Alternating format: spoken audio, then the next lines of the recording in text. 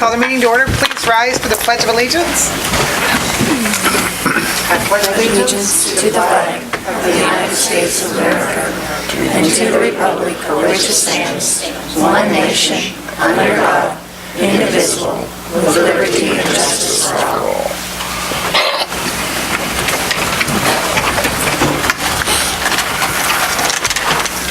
Roll call, please. Boss? Present. Pipia? Here. Graham? Here. Hughes? Present. Fry? Schroller? Here. Throm? Barnes? Present. We have a quorum. All right, the first item is the approval of minutes from the August 13th meeting. Does anyone have amendments? Yes, Mayor, I do on page 406, the very last line. Should read, grass growing in between the cracks on Jenkins Street between 8th to 11th Streets. 8th to 11th? Yes, those streets are not brick. Okay. Instead of bricks, cracks in the street on 8th to 11th. Is there anything else? No. All right, does anyone else have an amendment? I Yes? think on page 1 of 6, I think it's supposed to be the minutes from the July 23rd meeting instead of the June 23rd meeting Oh, that's true. on the third paragraph. Okay, we need to get that right. Thank you very much. Anything else? I would entertain a motion for those two amendments to be made and approval.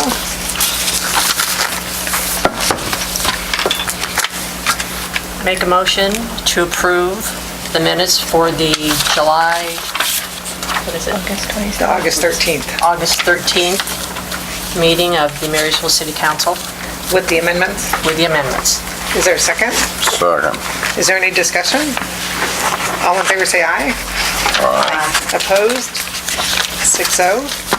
The next item is public comments. If you are not on the agenda, you're welcome to come to the podium and speak for up to 5 minutes. Just give us your name, your address, and your ward. All right, we will move ahead on business and discussion items.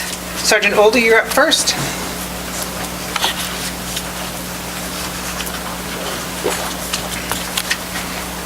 Good evening, everybody.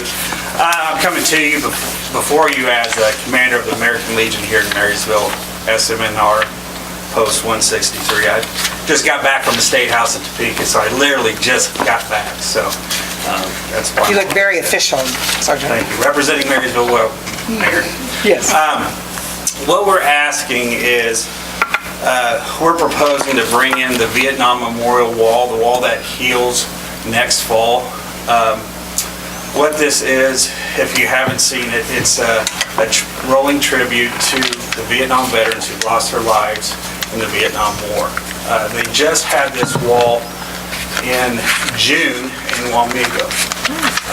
The American Legion, with support from our auxiliaries, the riders, some of them are on the committee on this wall project, as well as some of the sons. We're putting this idea together, and I had to submit some dates on this, which is September.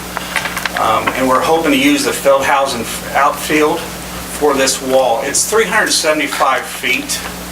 It's got a little bit of a curve to it. I used Google Maps, and it will fit in the outfield without any problems.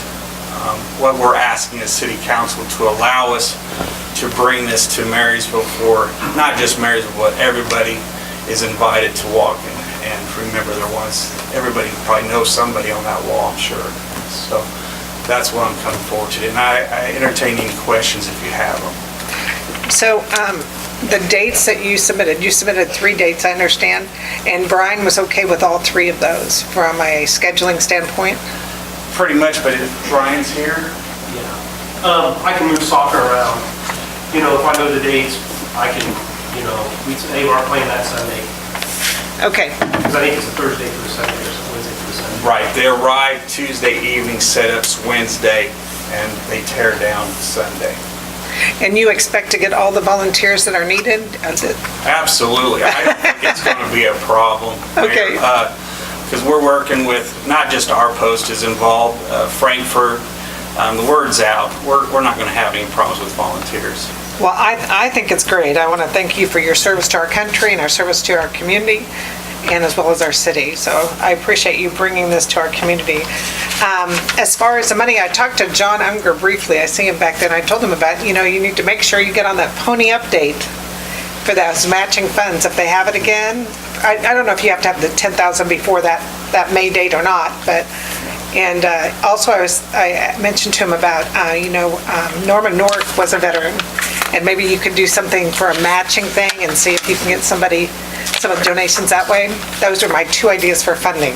Absolutely, and Dean Thomas and the writers have been very helpful in that matter. Matter of fact, we already had a $1,000 donation last week from the Marysville Community Foundation, and I got another one. I didn't get a chance to return that individual's phone call, but the word's getting out, so Great. very appreciative. Great. So who are they supposed to make the checks out to? I've already Legion had a Wall. phone call, huh? Legion Wall, I have an account set up for the donations at Citizen State Bank. So they can drop off a check at the Citizens Bank and make it out to the, Legion Wall. Legion Wall? That's the Okay. account name. okay. Okay, do you guys have any other questions for Sergeant Oldie? Or entertain a motion to approve using Feldfield? So move, and then to stay in contact with Brian for the dates. Is there a second? I'll second it. Any further discussion? All in favor say aye. Aye. Opposed? 6-0. Again, thank you so much. Thank you. All right, the next item is for a wedding. Doug and Jackie, or who's here? Good, good. Yes, Jackie and I had requested to block off Elm Street from the Highway 77 to the, well, it would be what, 9th Street, I guess, between the hours, I don't know what she wrote down, 3:45 to maybe 4:45? That's what she wrote down. And for the wedding starts at 4.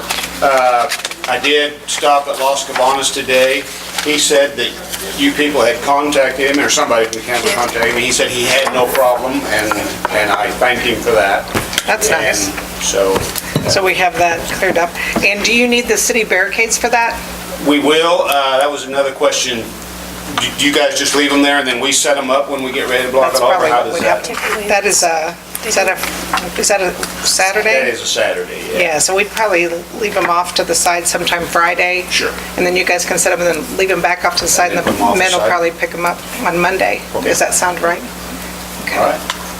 All right, so I need a motion to approve this request.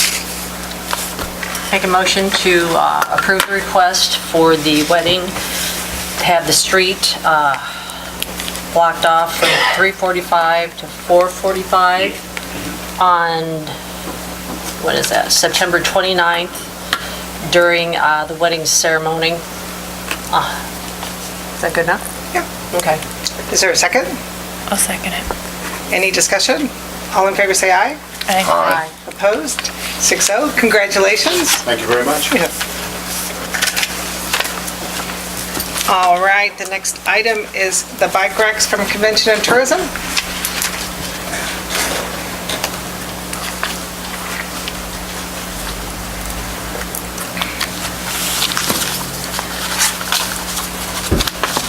Hello, Brian Frogel. I'm with Convention Tourism, Marine Christ, as well with Convention Tourism, and Michelle White, obviously, is director.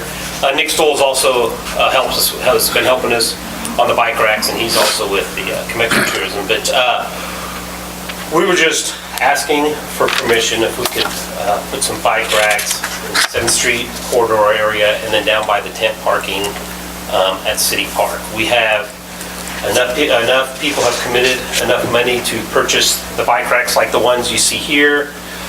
There's also, we can put Blue River Rail Trail logo in there, and then there's also ones that just has this pipe just going straight down with no logo at all. Because some people, said, hey, I'll give you $150, some said I'll give you $300, depending on, which ones they would like. So we have enough committed, we have more than enough committed than what we're asking for.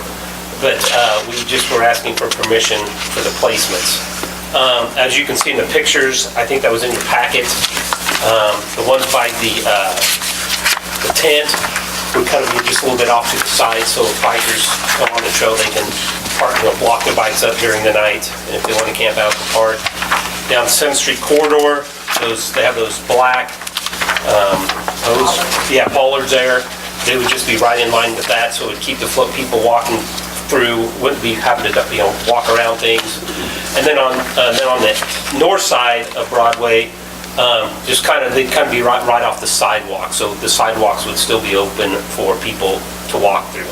They really don't take up that much space. You can put 2 bikes, you can walk 2 bikes on a bike rack like this. As you can see in some of the pictures, we went downtown and put them on the streets and kind of shot up to where it's right in line with the light poles, the trash cans, things like that. That's possibly in the future we could put some on the streets, but with the trail coming into Marysville, we thought it'd be a good idea to get some started. Like I said, these are already purchased. I guess the only thing we might need help with the city is actually installing them, which we have to install them in some cement. They have the bolts and everything. It comes with it. So, and I'd be more than happy to go down and help them as well.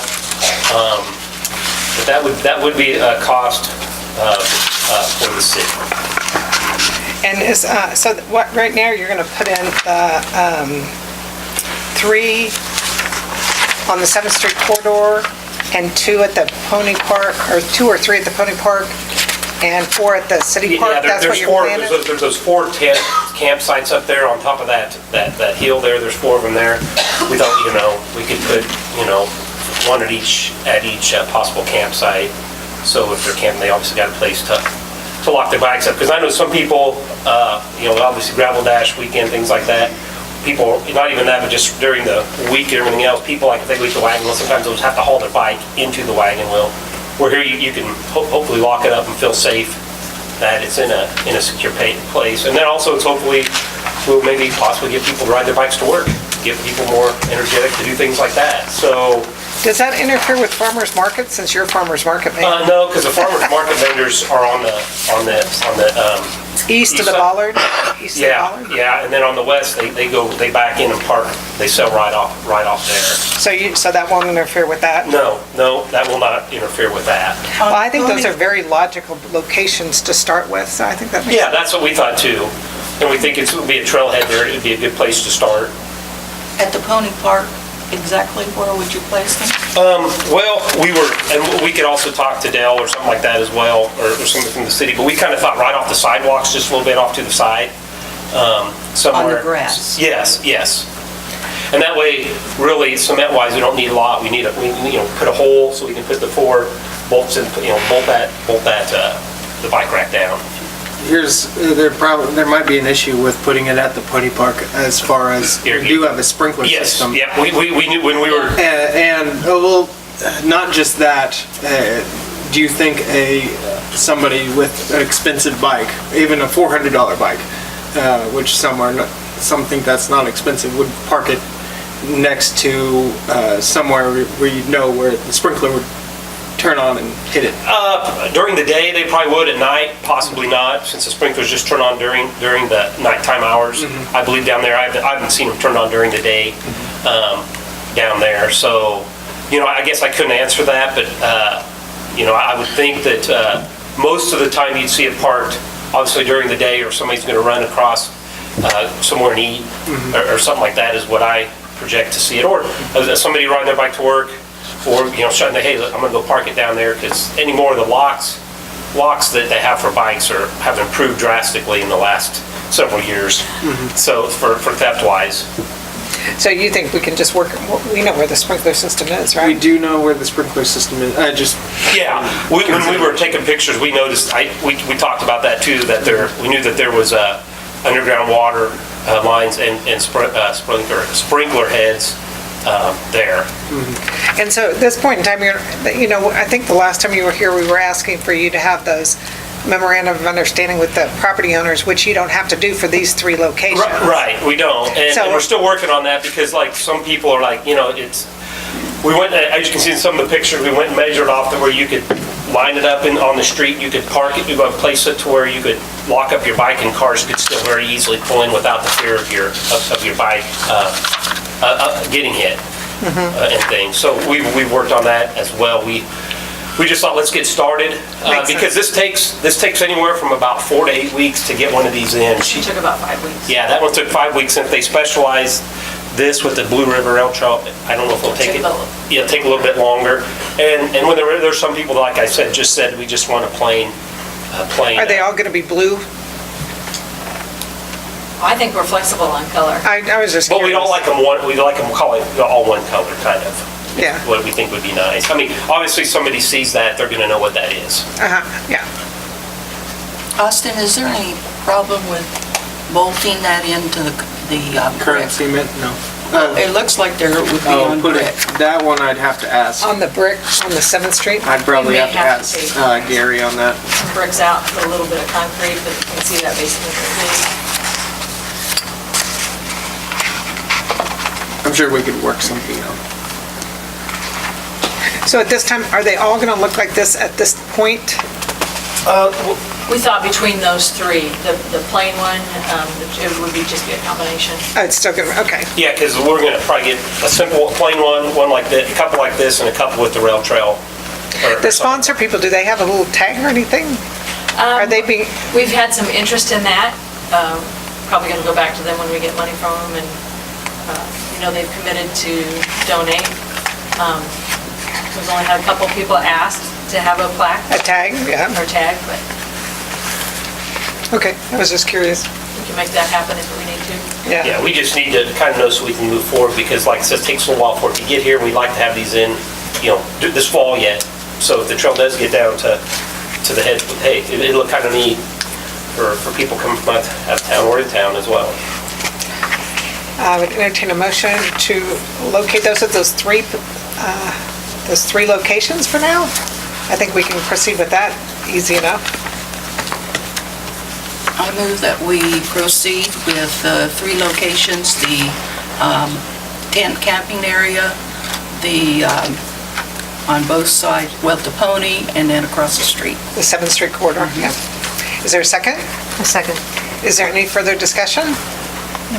All in favor, say aye. Aye. Opposed? 6-0, all All right. right, thank you. Looking forward to seeing them. Thank you. All right, Superintendent Mullins, you're up. Thank you, and it's good to be back in town in front of you. It's been a little while, so. a lot of Good to things- have you back. A lot of things have transpired. So I believe Mr. Schrader came to you probably back in July, if I can remember, and was talking about parking along 10th Street for buses. And I wanted to kind of revisit that as we now got the activity center open and started, using that. We're using the west entrance is where we're bringing the teams into the activity center, into the locker room area. So that's where they will be entering. We've looked at different locations for the buses to, where we can put them, and, we can put them in a lot of different places. We think that's the most convenient for the visiting teams, okay? But as we started talking about it, we really got into, what happens in a crisis situation and we have to evacuate our kids, which we, God forbid, we never have to do that, okay? But if we ever run into that situation, what's going to be the easiest way for us to load kids on buses and get them to a reunification point? And the more we thought about that, the west side became the more logical location for that, because then we can just get right on the highway and get them to where we need them to be. If we're trying to load them onto Walnut Street, we got parents that are in a panic, and we got all that stuff, and it's all going to get crowded up in there. And so, we think that having a space right there for, right now we're just going to ask for enough space for 2 buses, because that's typically when we have a volleyball triangular, there'll be 2 buses that will come into town. When we have basketball, it's normally 2 buses that would come in. So right now, we'd like to ask for enough space to put 2 buses there on the west side. We're still kind of exploring other options as far as, do we move all of our bus traffic down there? Do we, what are some other options that we might have? But we think that's the best location for the visiting teams. We also think it would give us an opportunity to have, if we had a situation where we had to evacuate the campus, it gives us a location to quickly load and get our students out and get them to a safe location. So will that take basically the whole space between the two bollards? Or bump outs, I guess we could call them bump outs? No, I don't think it'll be near that much. I think it'll I take guess about the bump out six, it'll take about 6 to 8 parking places is Yeah. what we think we'll take out. Well, I drove by there today, and I noticed that you had parking marked off in that lot south of the Correct. school. Correct. And so you intend to continue doing that for a while? We do. We also intend to, you guys had vacated would be Spring Street there. That's been previously vacated. Right. Okay. We are looking to pave or to have a concrete lot built in, which will add more parking than what we currently have there now. It was a situation where it's going to require us to take it to bid. We couldn't get it done in time for the school year to start, so we wanted to have something to get cars off the road. Well, it certainly took a lot of cars off the road. I saw it did. all parked in there. It did. So that worked out well. And when I drove by there tonight, though, my problem was that, I was glad that you found other additional parking, but I was thinking the bus now, having a bus there rather than a car actually reduces visibility if somebody cuts out between the buses. Right. Because it used to be, we were concerned about that, so we put the bump outs. But now if you put a bus there, it seems like that's even more blocking kids coming out if they don't use the crosswalks or the parents. And that's where, we've got to retrain everybody to use the crosswalks that are there, use the lights. I've seen a few kids use them. I've seen a few that still go up there and don't. But then I thought about the C-CLIP project. And does the first C-CLIP project go to Spring or not to Spring? Yeah, it goes right to that second bump out. So when I looked at it today, we have our sidewalk, which is to be improved, right? We're putting all new sidewalk in there on the east side? We just put all new sidewalk on the east side. On the east side? Yeah, that's brand new sidewalk. It's not a part of the project. It's just. On the east side where you want the bus parking, you put all new sidewalk? That's all brand new sidewalk in there. See, I was thinking for my visibility concerns is if we bump because you have the sidewalk and then you have grass and then you have a sidewalk. And if we could bump it out a couple feet, then the buses would be moved in that much farther. You know what I'm saying? I do. That was my understand what you're saying. thought, is that but you said you just put all new, and it's not part of our project sidewalk? No, it's all, the C-CLIP That is curb- all street and some curb and gutter. But not that curb and gutter? As far as, it's not, if it's in need of replacement, it's a part of the project. Well, how do you guys feel about, that's my only concern is the visibility around a bus crossing a highway. Well, wasn't Mr. Schrader here the last meeting? Yes. And we had told him that, that takes up a lot of parking, that, how about just putting pylons out when the teams arrive? Because the kids are going to park there all during the course of the day. Well, wouldn't they be coming more in the evening to get the visiting teams? Visiting teams sometimes show up at 3 o'clock. And then for bus parking, we suggested the swimming pool parking lot. Okay. Are you thinking making that a loading and unloading zone rather than a bus parking zone? Is that Yes, what you're just a saying? temporary. Well, how do you feel about that? If we make it, so it's not public parking either, it'll only be bus loading, so it'll be empty a lot, but that's all right. Oh, no, That's not what you want? No. That's what I want. was just talking about putting pylons out when they expected a bus, which would be more the evening That'd be a lot of time. work, though. You don't like the idea of just leaving it as a bus loading and unloading zone? Not really, because of limited parking. But they just added that lot. Did you go down and look at it? I mean, how many spaces do you have in that lot south? Well, between the two areas down there, it's between 45 and 50 cars, I think is what we've got. I didn't go down and count it, but I mean. Yeah, so they're gaining 50 and on that highway, there were 8 or, I don't know. Somewhere in 8 to 10. Let's say there are basketball games or football games, will the players be parked in there? And then when... Not if we say it's a bus loading and unloading zone. I think she's Well, I'm talking about the parking new parking lot. Oh, the new parking The lot? new parking lot. And then when fans come, they'll be, you know, lot. It's the same as it is now. I mean, it's going to be better than it has been, because we got Yes, somewhat. 45 to 50 cars off of the streets that we've now opened those up for fans to have a place to park. And I understand what you're saying, but, a lot of times, again, those kids were playing right after school. They park there during the course of the day. It gets cars off the road. Oh, you're saying you want him to use those 45, 50 spaces for the buses? Is that what you're trying to say? No. No. Just the general fans coming to the ball games and stuff. Okay. That's what she's saying. I think. but I'm thinking probably the players will already be parked there. Yeah, but still Parking. they've gained those spaces. I mean, you still have to say the net is they've gained those spaces. Are there any handicap parking? I mean, Not right now in that area, which is a downfall, because it's all gravel. So for someone by the school. There are out front. On Walnut Street, there's a couple of handicap parking places there. There are? Yes, ma'am. There always were by the old gym, like 2 or Well, 3. yeah. Is that all you have still? Just Correct. 2? That's all you're required to have, 2 or 3? We'll have more whenever we get the parking lot built. But again, having that on gravel doesn't make sense. Right, I understand that. But that's clear up the hill. That doesn't help the people that... No, it's in front of the junior high gym. There are? Yeah, there's 2 or 3 handicap right there. Okay, I drove by there tonight, and the only ones I saw were the ones that were clear up. There's 2 down by the main office area. Okay. And there's 2 up by the auditorium area. Yeah, they've been there for years. Okay. Well, what do you guys think about bus loading and unloading? Well, first off, is that an acceptable compromise? It could be, yes. Because I'm just thinking, our concern was safety for the kids crossing Highway 36, or 77.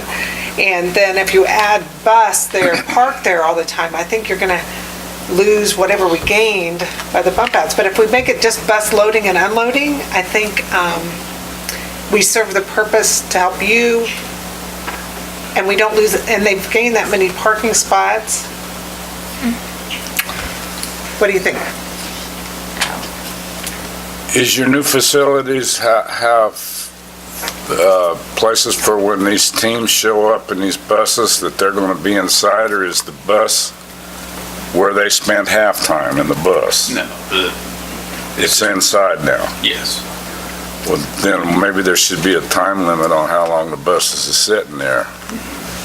I think that's what Mayor Grind is suggesting with the Loading and unloading. And then lots of times, like forensics tournaments and even the quads on the volleyball, you have more than 2 buses, or maybe not. We don't have a lot of quads, Like but- Jayhawk wrestling, I'm just trying to think of Simons that you have more. The forensics, you have lots of buses usually, but that's only one event a year. But anyway, I just think I would feel better if it was a bus loading and unloading zone, exclusive for that, no parking otherwise, and that way we still have good visibility for our kids crossing and our residents crossing, but we still give them the access to it.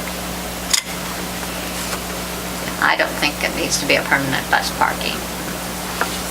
Well, what Then do you think it's- about, what do you think about loading and unloading? Well, that would be fine. Because actually, we've actually made it better this way, because that we do have good visibility for our kids. And there's going to be probably more people crossing the highway because of the new gymnasium. So, in theory.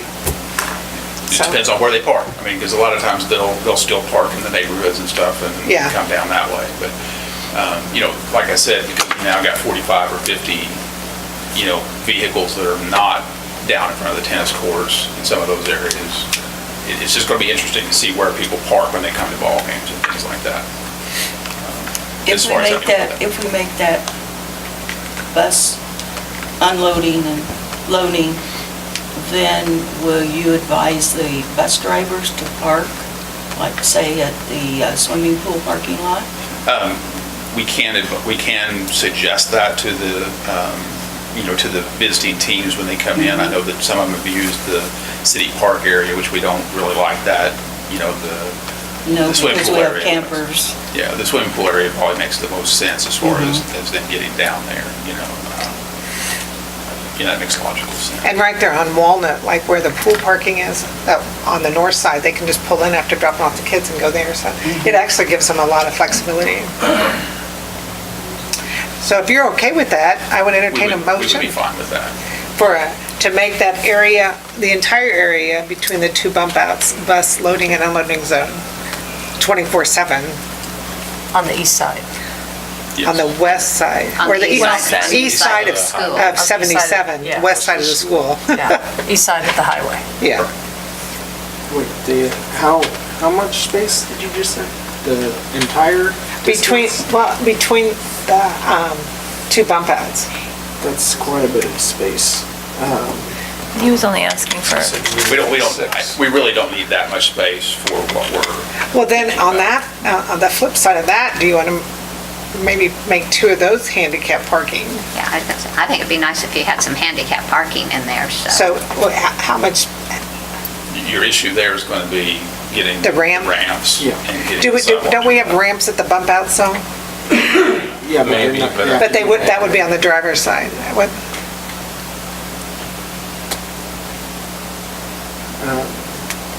How many feet did you say you? I'd have to go back and look at it, but I'm thinking the equivalent of 8 parking spaces or. How many close parking to that, spaces 8 do you to see 10. on there? Well, because here's where the bump out goes all the way down to there. That's the first one, that's the second one, all the way down past. Oh, maybe I'm just thinking of this area.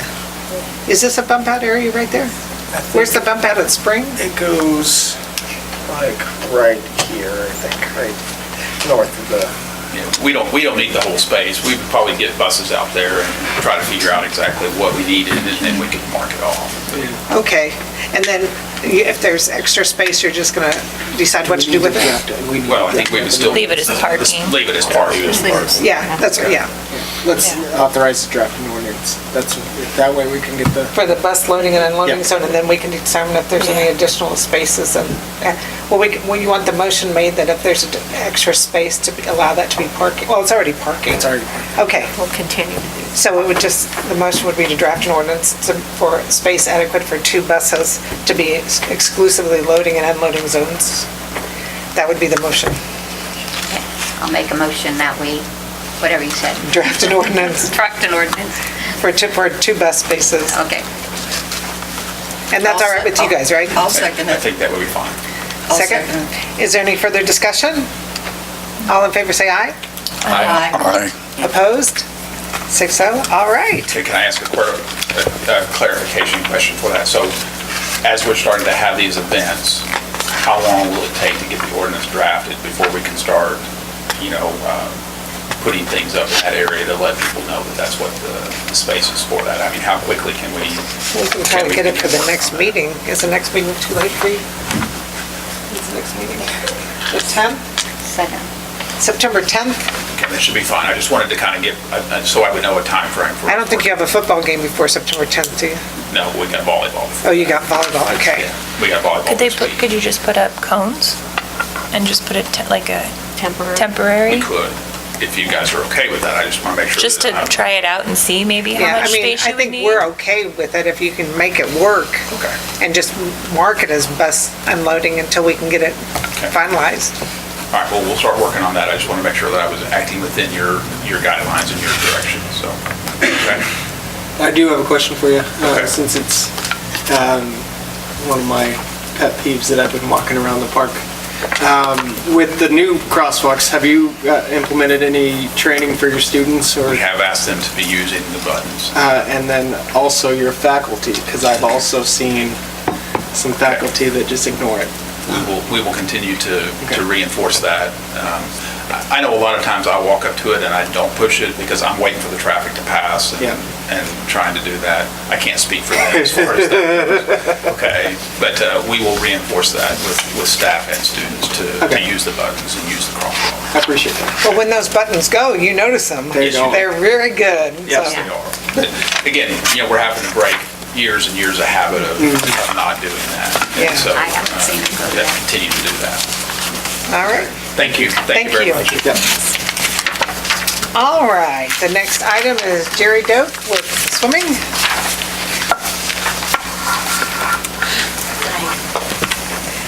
Thanks for having me here again this evening.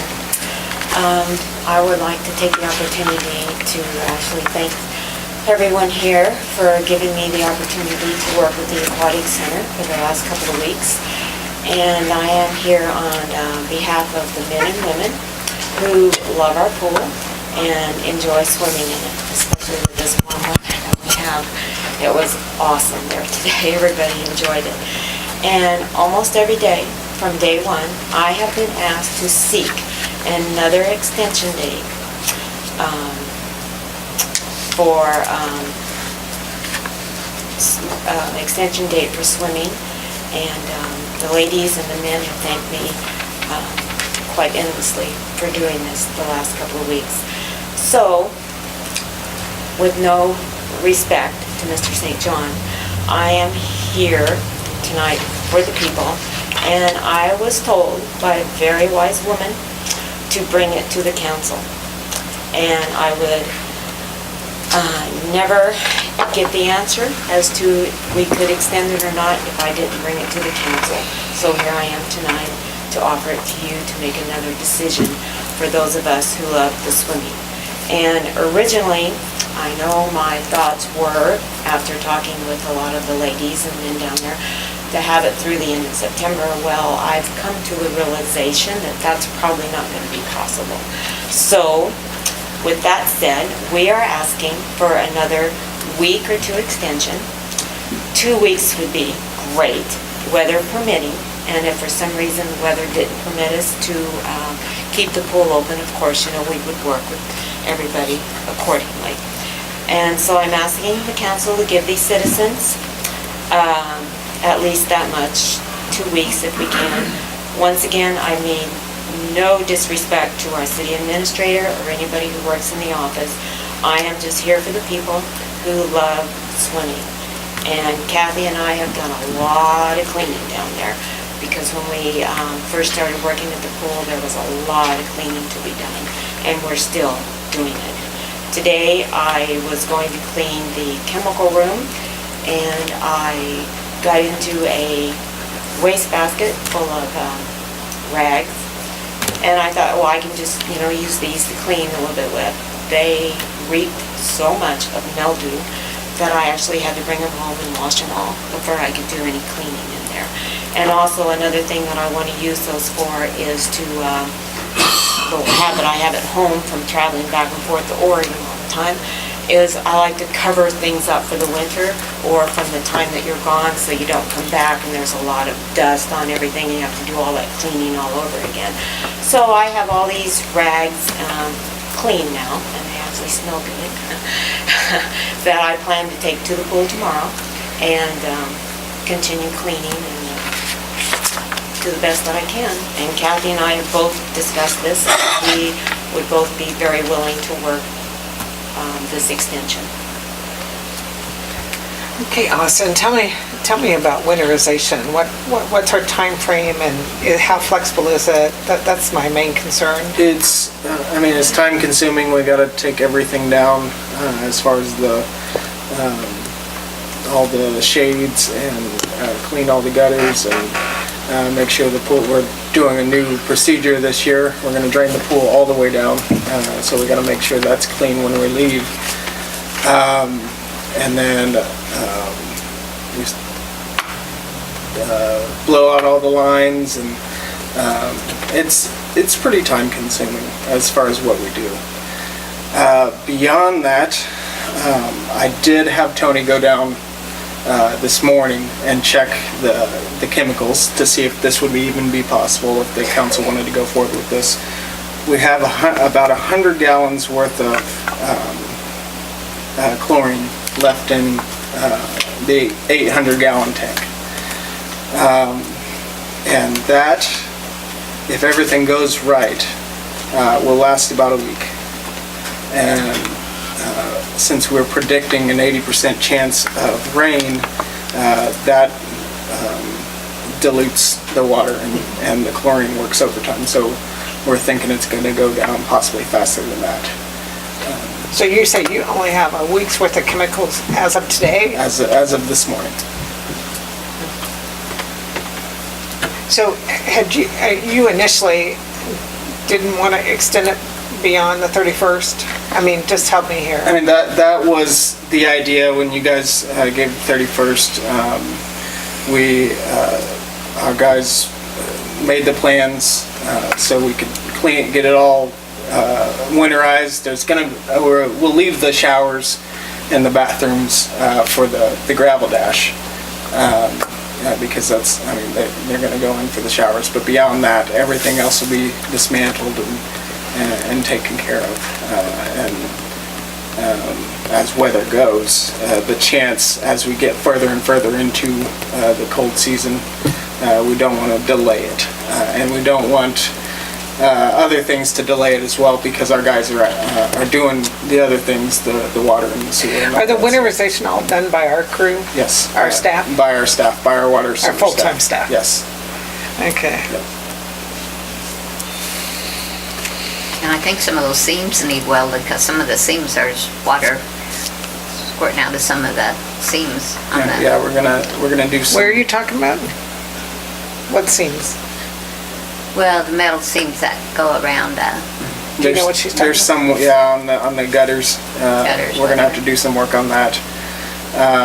We gotta reattach some of the pads and do some of that as either closing or opening, depending on what needs to happen at what certain time. So we're pretty much limited by, Right, and The I mean, I guess chlorine. we could order some more, but they give us big batches and it doesn't sit well over the winter. And that's the challenge right there. It'll lose its potency as you go through the winter. How much does 800 gallons of chlorine cost? Just, I don't have that number. Do you remember, Cindy? I'm just curious. A couple thousand Couple thousand, okay, just curious. is my guess off the top of my head without going to accident. That's all right, I could have asked that earlier today. This might be something we want to discuss before we open the pool up, since there are requests to keep it open a little later. And we could sit down and talk about it and say, well, we had these requests, maybe to keep it open till the middle of September. But I think right now with chemicals, and how much chemicals and whatever else is going on, they were ready for it. But I think that's something that we can explore. You mean next plan year. for it next year rather Yeah. than do hit or miss like Yeah, we're kind of doing now? exactly. Yep. Of course, that always ties into our staffing for next year, so. and also the weather. And if the weather turns cold, that means it would cost a lot more to heat the pool too. Yeah, so this, whatever is going on at the time, but we can just adjust accordingly.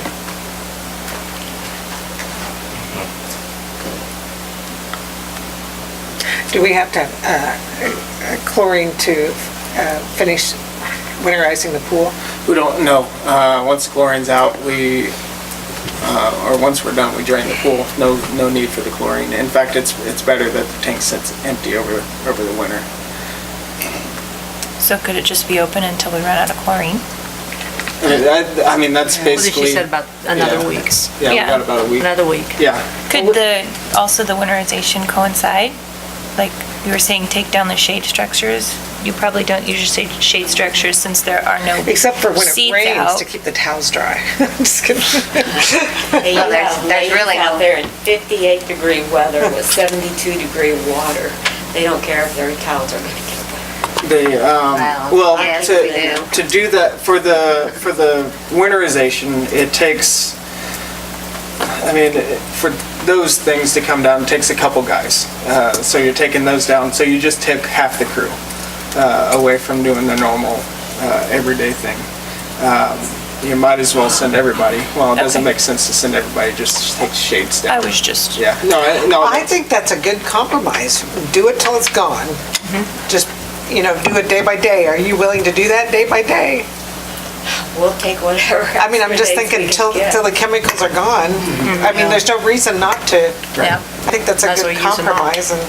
Right. So we will, We'll monitor the chemicals. Yeah. Yeah, so so Friday's gonna come and you'll look. Right.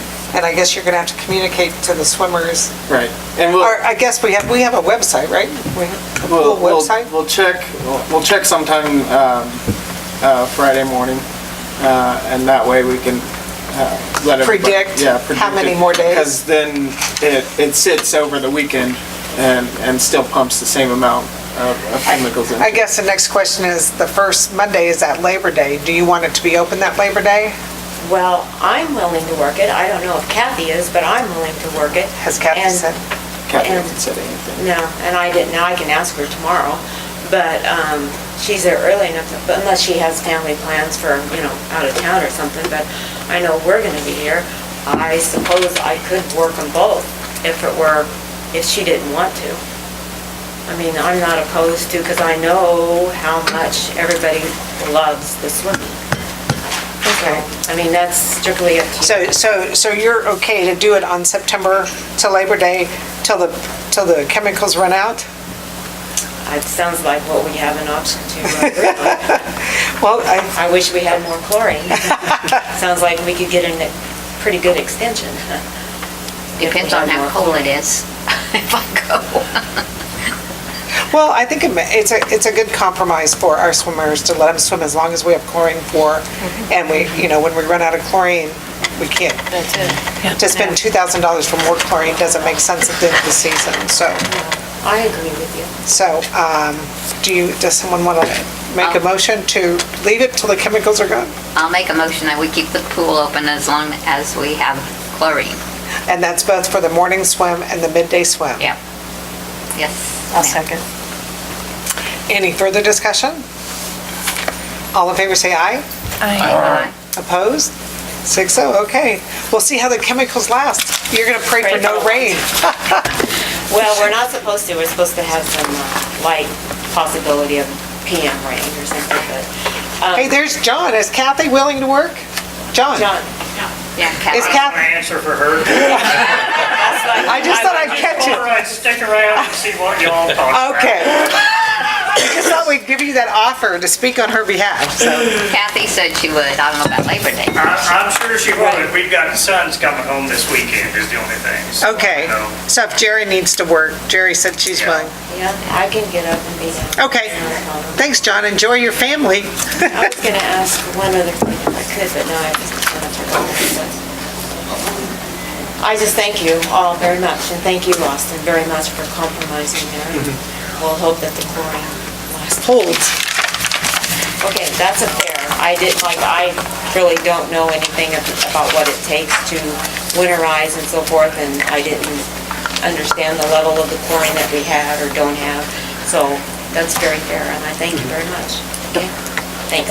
All right, thanks for doing it. I know that the men and women really love that the pool's open. So many things. All right, next item is the TA project. Tony, you want to come up and enlighten us?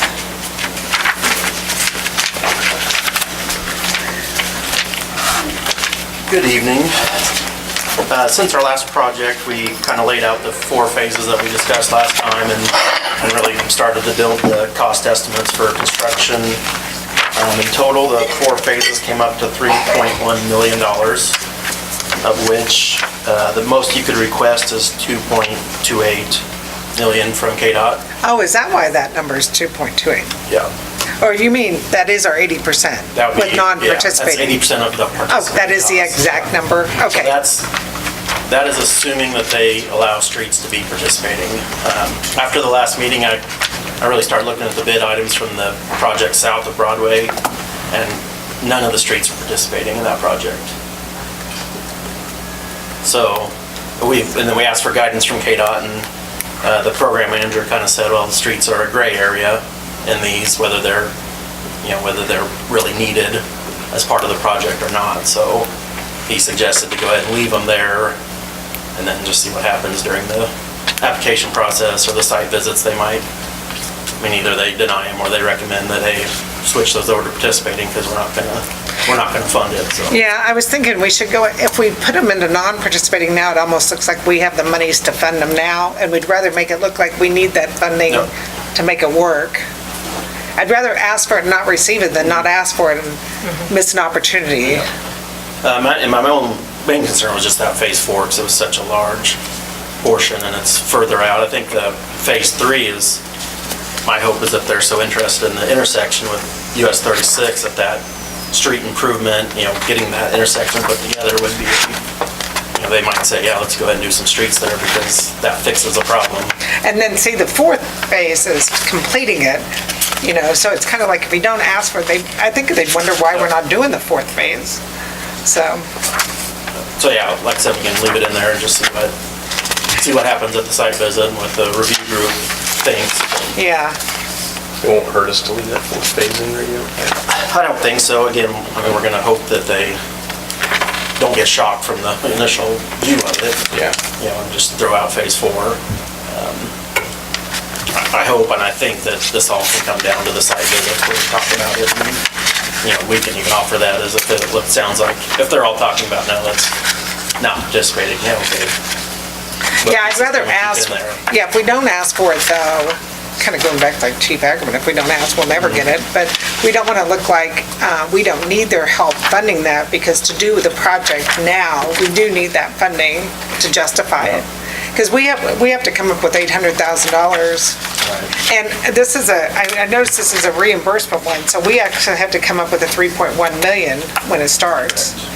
So, And you could take that, and, that could be a down-the-road project too. It wouldn't even, not just make it non-participating, you could completely remove it from like, hey, our sole focus on Phase 4 is just get that trail connected. Because we feel that's very important. That's something that can be done, hopefully, in the 2-year period. If they completely throw out Phase 4, we're 4 years down the road before that's funded, potentially can be funded again. yeah, or that, if the trail can be worked on independent of our street being done, so. I noticed on page 22, you listed, like public involvement, you listed local organizations, and you listed Marshall County Connection and the Depot Preservation Society. Is it better to list as many as possible? I mean, like Marysville Main Street and Chamber of Commerce, and even going to like Kansas Historical Society and the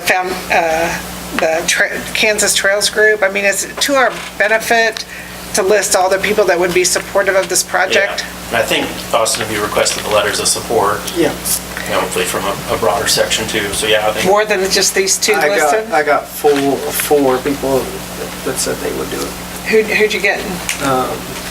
Let's see, I got Main Street, Michelle. Did you get the Chamber? I got, Chamber. I also asked Wayne to do it as Convention and Tourism, and then the Depot Group, I asked Dave Lynn. And Marshall County Connection too? I haven't asked Marshall. Yeah, that would be a big one to have. And so make sure you get one from them. And I think also, are they still here there? Oh, God. But like the Kansas Trails Group, I mean, that would be beneficial. And even the Nebraska Trails Group, because we're connecting onto them. So I think we should really put those down. Yeah, I think I think those are key ones, because it's bigger than just Marysville asking for money. It's connecting a trail system in Kansas and the Midwest. So we get it from the Kansas Trails Group and the Nebraska Trails Group as well? And of course, Marshall County Connection. And then I noticed on page, did you want to talk more before I ask my questions? No. Okay, on page 2, I noticed, well, it's actually page 23 in the packet, but the storm drains are participating? They were on the south block. I think because you had to address stormwater to build the trail, you couldn't just build the trail in the middle without somehow addressing stormwater. I think we'll be a similar situation. So like on phase 3, you put storm drainage along the west side, and I guess Jeff Schroeder was here and was concerned about the storm drainage on the east side. Do we want to include the east side as well? It's on page 25 or page 4 of your document, like 5 lines from the bottom, it says storm drainage along the west side. Yeah. It would be addressed throughout the entire project. So you put west and east both on that? The cost that I assume should cover everything. Okay, so Like I you'll- said, you'll study every area. So you'll include both of those? Yes. Okay. And then you said you'll have 2 bulkheads at the end of 6th? I'm trying to think of where, 2 bulkheads at the end of 6th. Is that on Broadway? Yeah, I think just north and south. And there, I can't remember if there's one now. Like going south where we transition from brick to asphalt, you would put a bulkhead in. A bulkhead as in, like the curb goes out? No, it's just a concrete, it's like a 2x2 concrete. Oh, it's not They're a, on most of the streets now. it's not jutting out, okay, Just holds the brick in place against okay, brick in another place. surface type, Okay. different asphalt. I see. Yeah, keeps the brick from moving. And they're on almost every intersection along the highway now.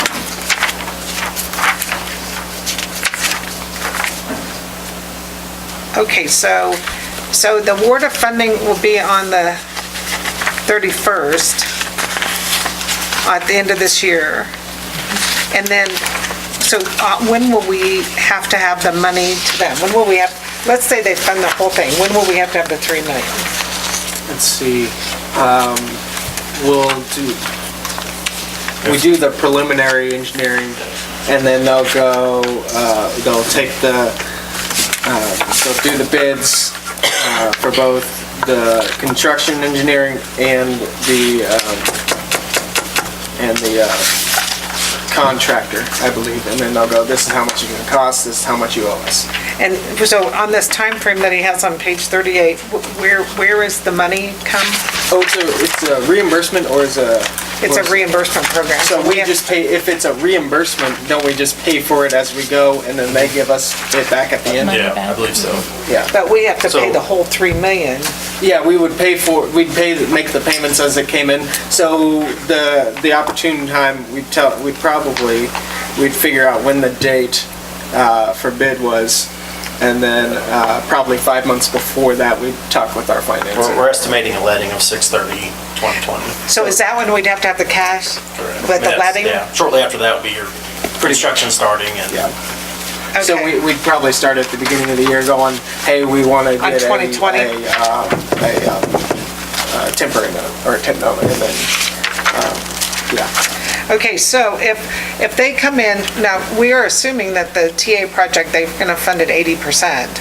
They can come in and say, we're gonna fund 50%, can't they? I don't Or will, believe so. is it a guaranteed 80% TA project? No, I think they'd take it as presented unless they've asked you otherwise. Yeah. I don't think they ever offer less, they Okay. just cut things out. You know, well, I see, I'm trying to think, of, the 7th Street South, I remember, that was what, 10, 12 years ago? And not that long ago, it was probably 8 years ago. Yeah, and so we thought the TA funding would be a lot more than 350 that we got. So I just wanted to make sure that, we're presenting this 3 million and let's say instead of them giving us all but 800 or 900,000, they give us half those, that we have to fund at 1.5. I don't remember, that could have been where they decided the streets were not participating. And at And that pull point in all that time, then we cost can out of the pull that part out of the project. Yeah. And once Like they- going south, the base bid was for gravel streets, and then with an alternate bid of concrete. And so the council at the time elected to spend the money and put the concrete in. So did you help with that TA project? No, Okay. we did the inspection afterwards. Okay, so TA, it's gonna be 80%, so we don't have to worry about that. We need the money starting in 2020. And, the other thing I had a concern about was on page 45, which is, I don't know what, it's on the resolution of support, but on section 4, it said a permanent easement, and that railroad depot property, we don't have we gave that to them, that's their properties, so what do we do about that? I think it's described somewhere that we'd have a construction easement to build it. So does that need to be, it says permanent easement, do we need to say add construction in there? Well, you wouldn't want permanent easement on it, you would have a construction easement to build the improvements Yeah, so- during your project, and then So do we change that word from permanent to construction, or? it says that's if what- necessary at the end. I think you're fine. I mean, If necessary? Well, it says we have title or permanent easement to the property, to the Broadway Street and Railroad Corridor improvements by the time, if necessary. We're not gonna have permanent easement on that, and we're not gonna own it. This is their, we just fill in the blanks. Is this a standard letter, This is their resolution. a standard from KDOT?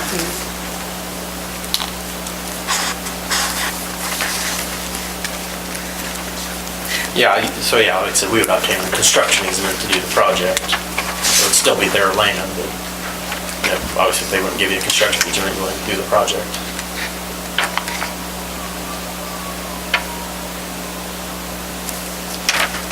Are we providing handicap parking? Is that not shown on here? Is that just, It's part of all that parking that's shown. I don't think we specified handicap per se. He said we'll end up tweaking this. This is what something they just have to send in right now. Just to show we thought about it. Yeah. Yeah. And then we'll go ahead and go back Okay. and, yeah. So on page, no handicap? on this resolution of support, it says TA funds in the project, it says $2,771,000, but on page 40, Yep. is it supposed to be That should be the 2000, 228? yep. Okay, so And you'll also, I believe the years there should be 2019 to and 2020. 2288, and I'm sorry, what? In that same section Oh, there. okay. The years should be 2019 and 2020. 19 and 2020? Okay.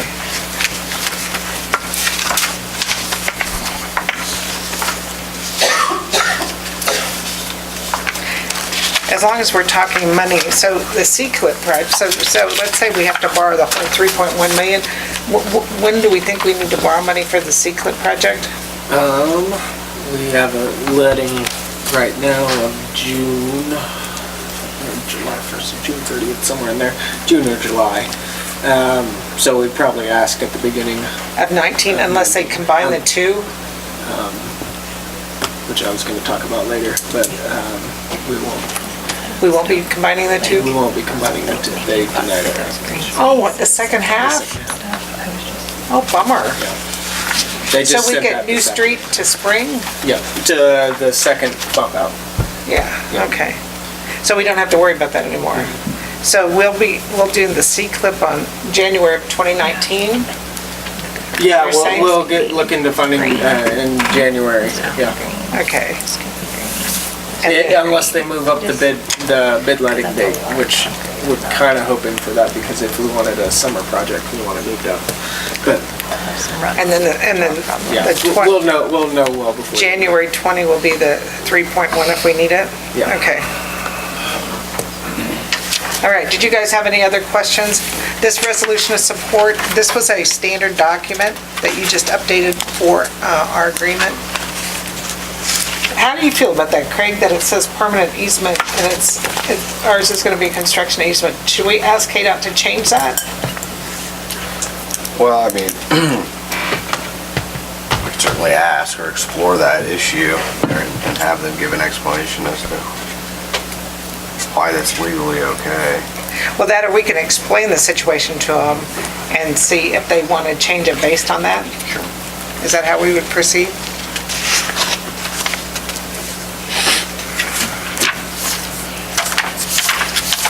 So at this time, you guys have any other questions for Tony?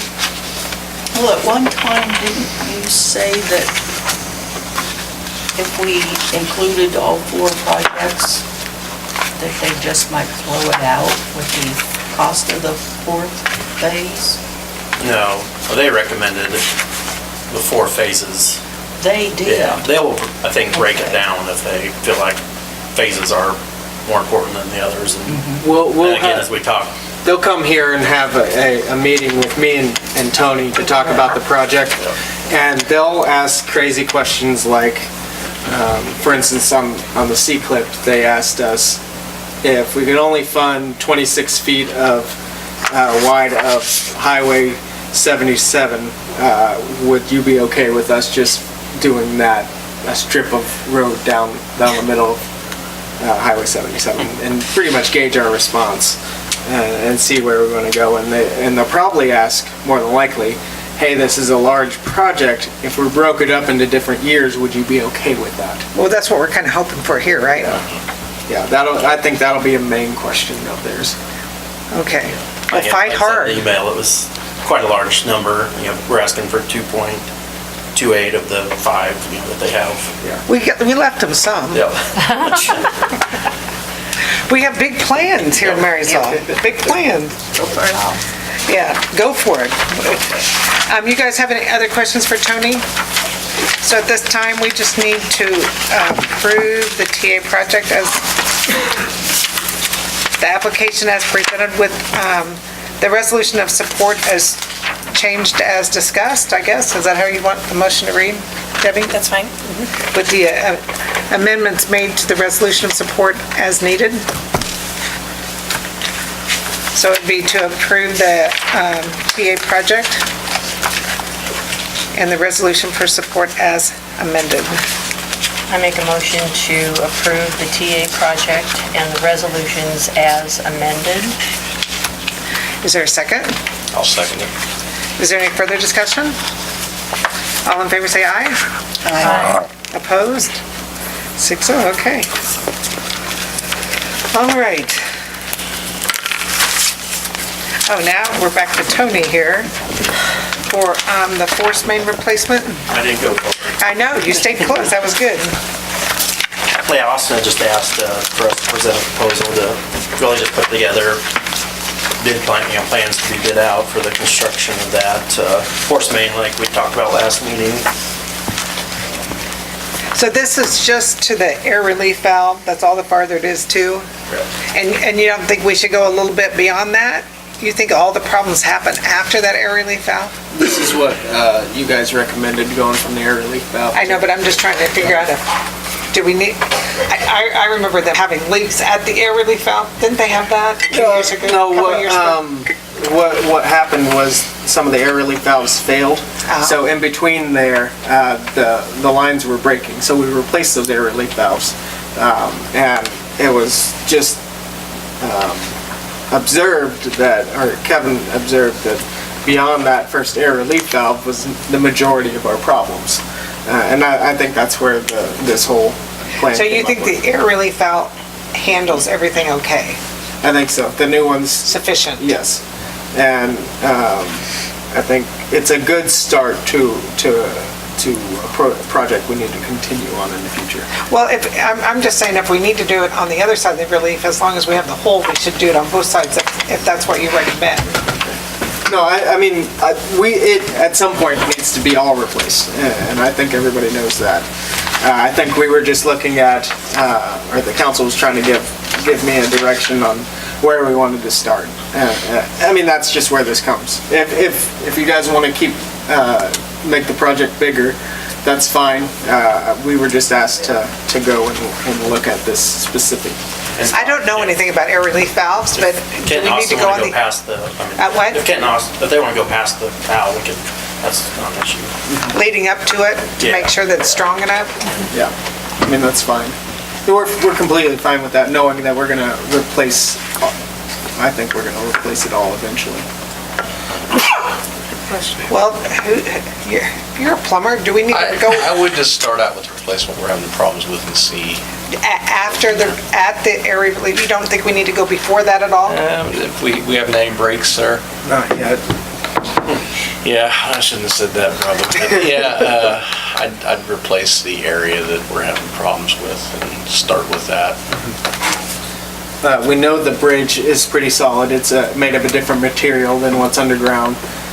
So we're pretty confident if you start at the bridge and go somewhere, you're making good progress. Yeah, I just don't want it so that we fix it and then it breaks right after that, before the air relief valve. So I just want to make sure that as long as we have the hole, we're fixing what we should fix. One of the other things I would like to also do in conjunction with this project, and I haven't looked into this, how much it's going to cost, but also putting on it, if I understood, can't write, we don't have variable drives on the force mains yet, and putting those on might alleviate, actually, probably will It would alleviate a lot help, of it. I would think, yeah. Where would these variable drives be at? At the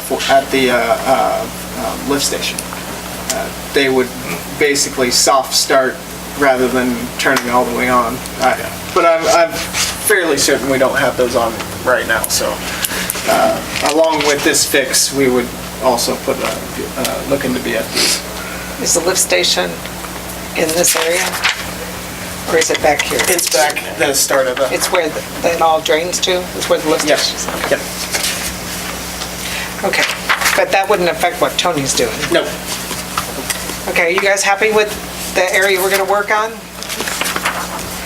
If so, I would entertain a motion to approve the proposal.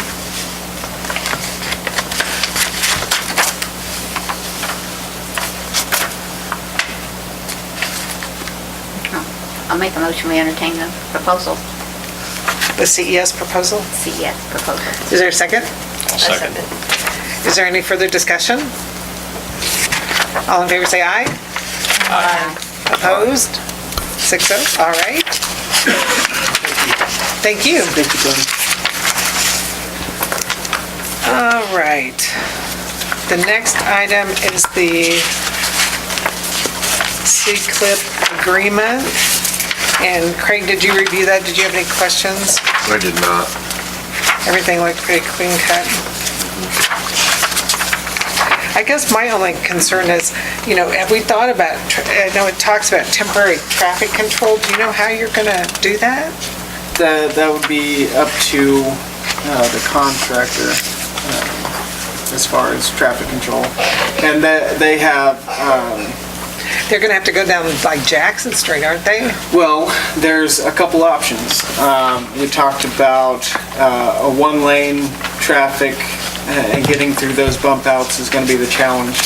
Everywhere else is going to be, you can move traffic Oh, are this you way or only that gonna do way. one side at a time? They're only gonna do one side at a time? Yeah, I think You're gonna keep one that's the discussion, flow? yes. There would be enough outside the bump out areas for traffic to go over here or over here. So it would be two-lane traffic all the time up there. The one-lane traffic would probably happen between those bump outs where they possibly could install temporary stoplights or flaggers. Oh. Yeah. Okay. I move that we approve the mayor signing the C-CLIP agreement with the Kansas Department of Transportation. Is there a second? Second it. Okay. And is this scheduled to be a summer project, so school won't be in place?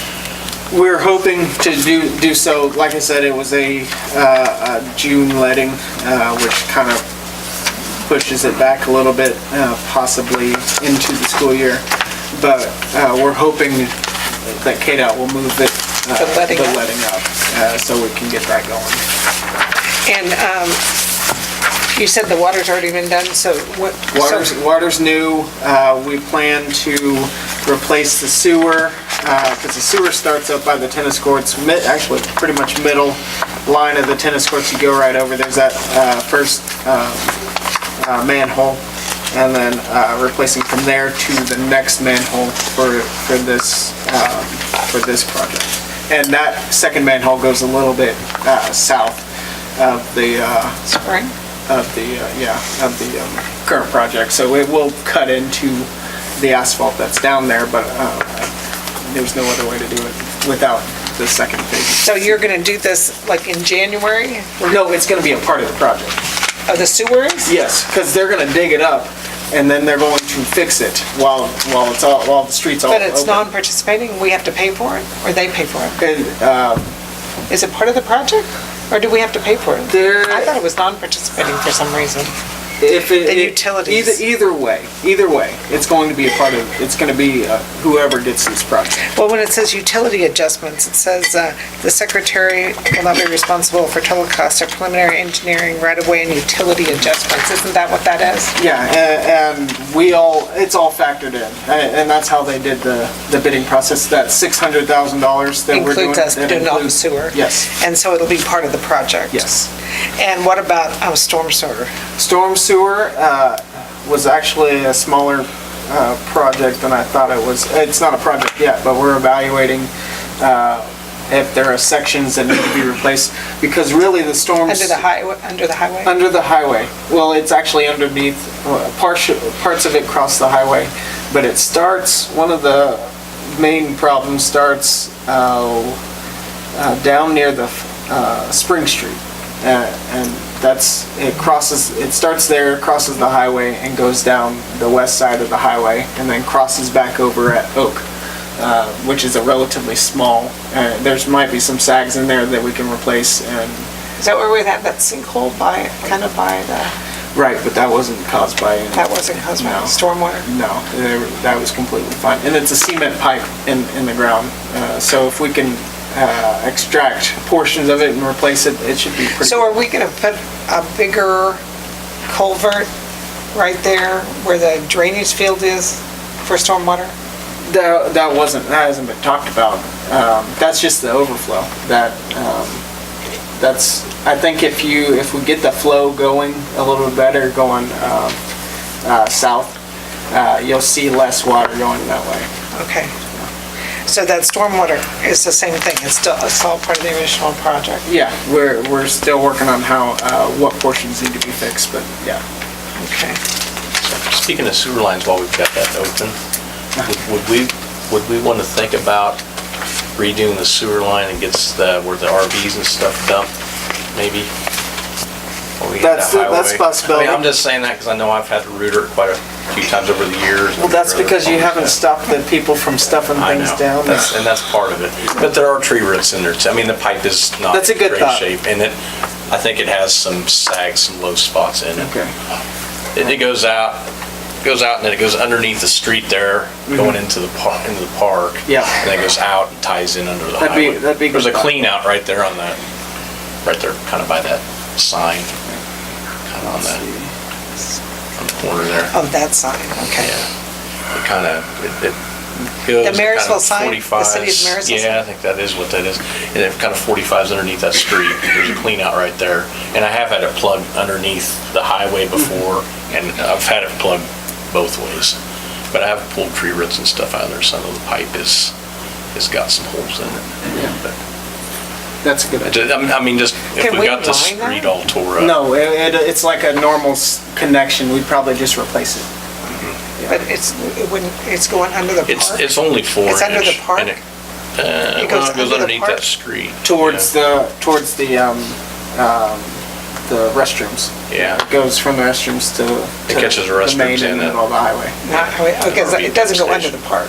It No. goes- Okay. Yeah, just that street.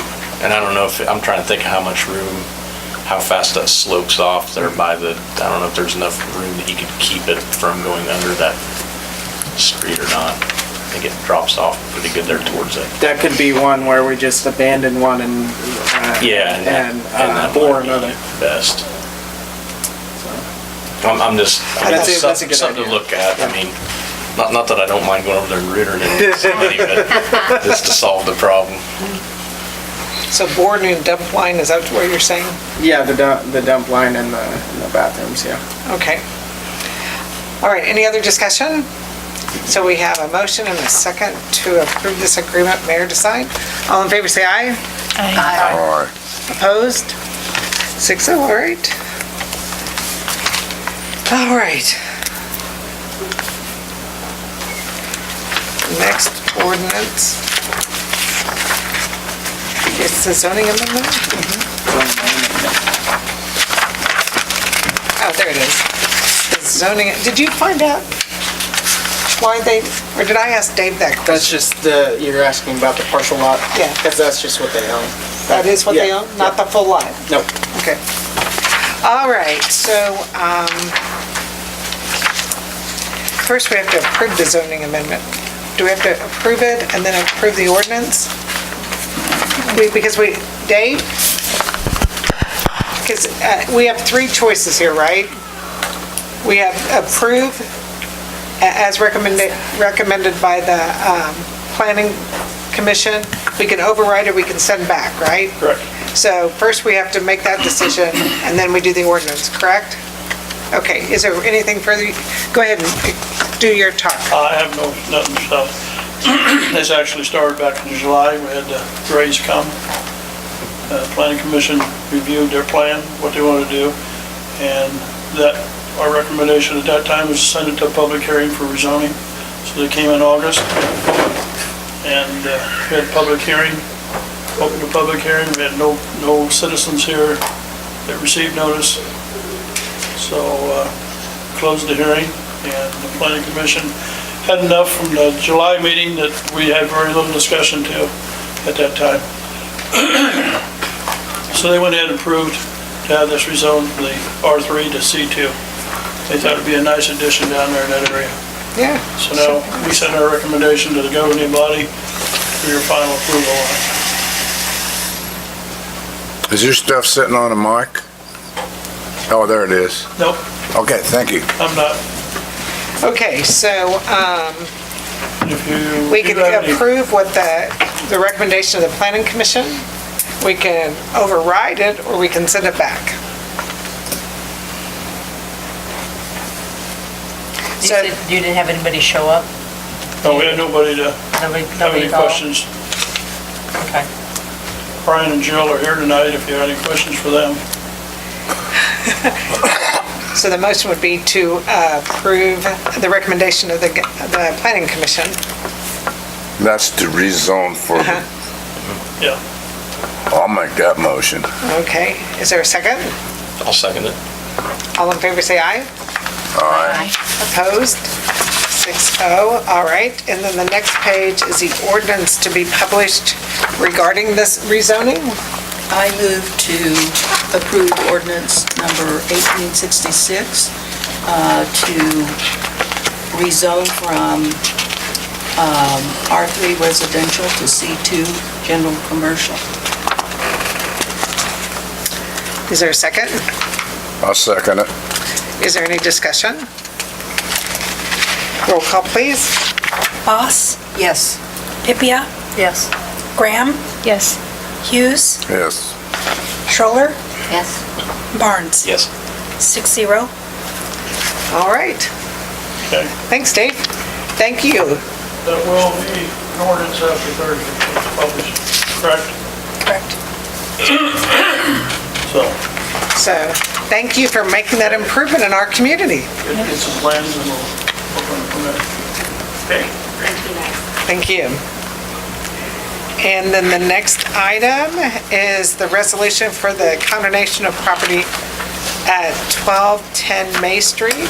So that's the first property. We approved the drafting of this resolution at the last meeting. We held the hearing and no one was here, so now we drafted the resolution. I checked on the lien, there was no liens on it.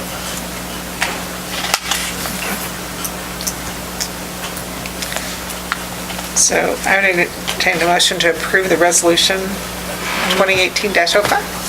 I move to approve the resolution number 2018-05. I'll second it. Is there any discussion? All in favor say aye. Aye. Opposed? I didn't ask if there was anyone in the audience. There's nobody in the audience. Is there, Dave? I don't believe for 1210? that one, no. Okay, so that's 6-0. And then the next resolution has to do with 308 May Street.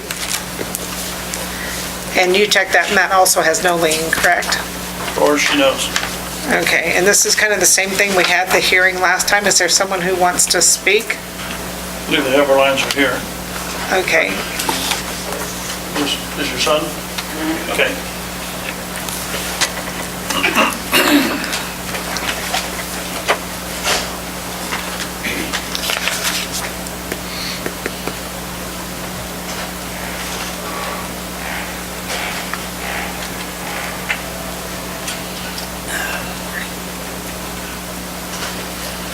Hi. I'm sorry I wasn't here last time, but my mother had just passed away and I had things I had to tend for that. On the trailer property, we are in the process of, we put tin over the windows because the neighbor kids keep breaking out all the windows. We've boarded them a couple of times, well, a couple of them, and they tore that off, so now we went to just put the tin with the longer screws. The building, the shed, we're gotten hoppers, we're gonna start cleaning that out and seeing how much damage is done to the building, if it has to be completely torn down, or if there's parts of it that we could just replace part of the roof and the siding and put it back together. But that's what we're in the process of trying to get done now. So is your plan to keep it there? Yes, because I use the trailer house as storage unit right now, because I can't afford to put one anywhere else. And it's property that we already own, so that's what we use it for. Dave? We had originally wanted to put another house in there, but my husband got ill and wasn't able to do that. So you actually own the property right now? All 3 lots. And Dave, the shed, we had the pictures from the last. The kids have torn some boards off the side, and then the roof got damaged with a tree limb fell on the roof of it and damaged a corner of the roof, which I wasn't aware of for quite a while, but yeah, that corner at least is gonna have to be replaced. I know that much, but the boards, I think if we just got new boards and put up there and then put siding around it, which we had never done before, that it might be, but like I said, I want to get it cleaned out and access it more. Well, I think we feared that, Dave, what was inside that shed? It's just boxes of stuff. Boxes of stuff that had been stored in there. It's not a whole lot. I don't think they're probably a whole lot worth much anymore, is it? I don't think so. But like I said, we've gotten a hopper and a trailer. He's going after the trailer tomorrow, and we're going to just start hauling down there and finding what's any good. Most of it's probably going to go in the hopper. Well, Dave, by them putting that tin over that window, that doesn't bring it to code though, does it? Doesn't really help the looks any. I'm willing to paint over them to make them look more. It's just that to keep the kids out from breaking the windows, Someone's busting the windows out of that. We've Not putting replaced the them. windows up, they'll just keep busting. We've replaced them a couple of times and then just went and broke them again. So this is the only other option I can think of, is just to put tin over it, and then they can't break them out anymore. Are there animals in there, Dave? When we went With the in, broken there wasn't window? any. You never saw any animals crawling in there? Neighbors always say there are, but nobody gives you any pictures, so. I set traps inside the house and under the house, and there was nothing that ever went in there. I did see out in the shed one time, possum went under the shed, but that was out there because it's where they can crawl under. But as far as the house itself, we might have found anything in it, evidence-wise, that anything's been in there. Is it trailer movable? Yeah, we could if we had to, but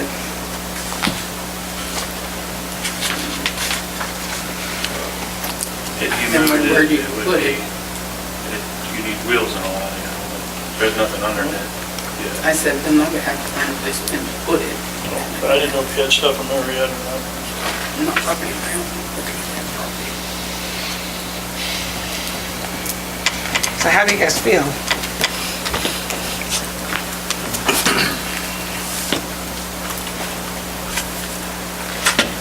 How much work you planning on doing on it?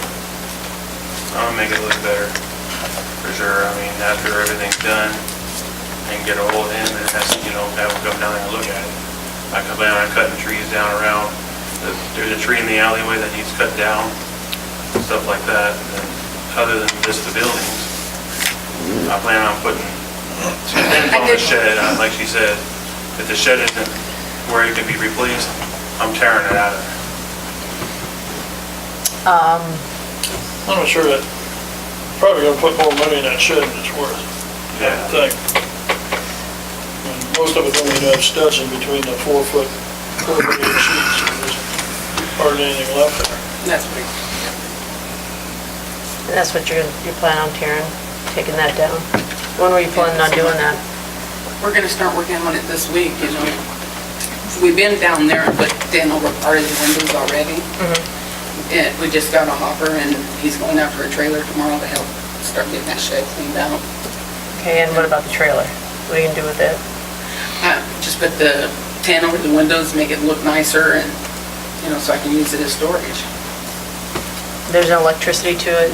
No. No water to it. So But- Dave, it still will not be up to code, right? As far as livable? Probably not, probably never, I don't know. I've never been in it.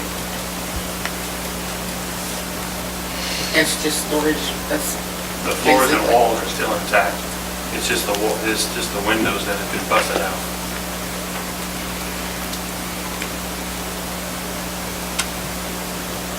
The ceilings and I've been on the roof, I had to clean off a couple tree limbs off of there. I just started. I just moved from Iola, Kansas back up here, so I'm gonna, you know, get back on my feet a little bit and help her at the same time.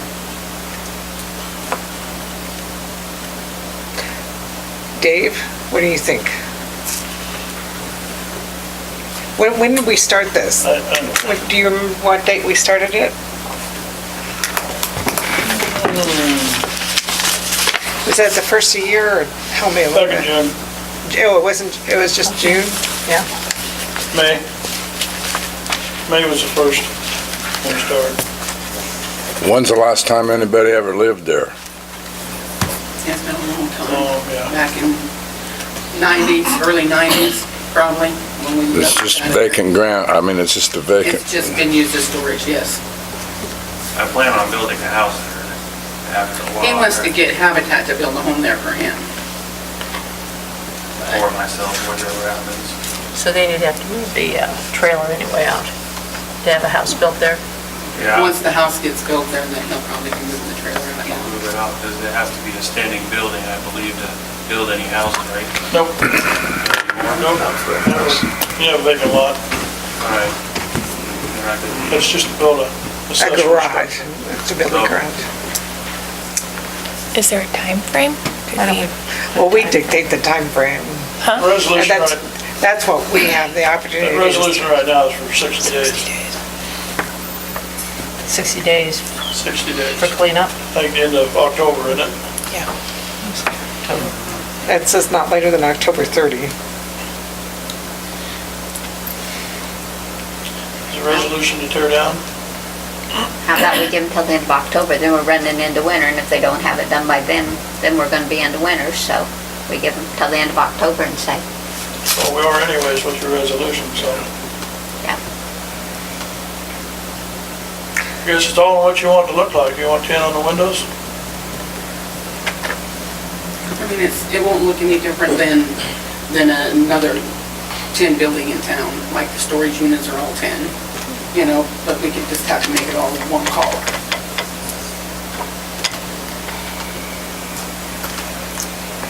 Tell me the timeframe of a Habitat house. How does that work? How long out does that take? Years? Do you have to volunteer so many years before you get a house? I mean, don't you have to volunteer first before they build a house for you? Well, first they have to do an application, and if the committee has the money, then they can, you know, visit with the family and choose a family for a build. I thought they had to put so much work in before they were accepted.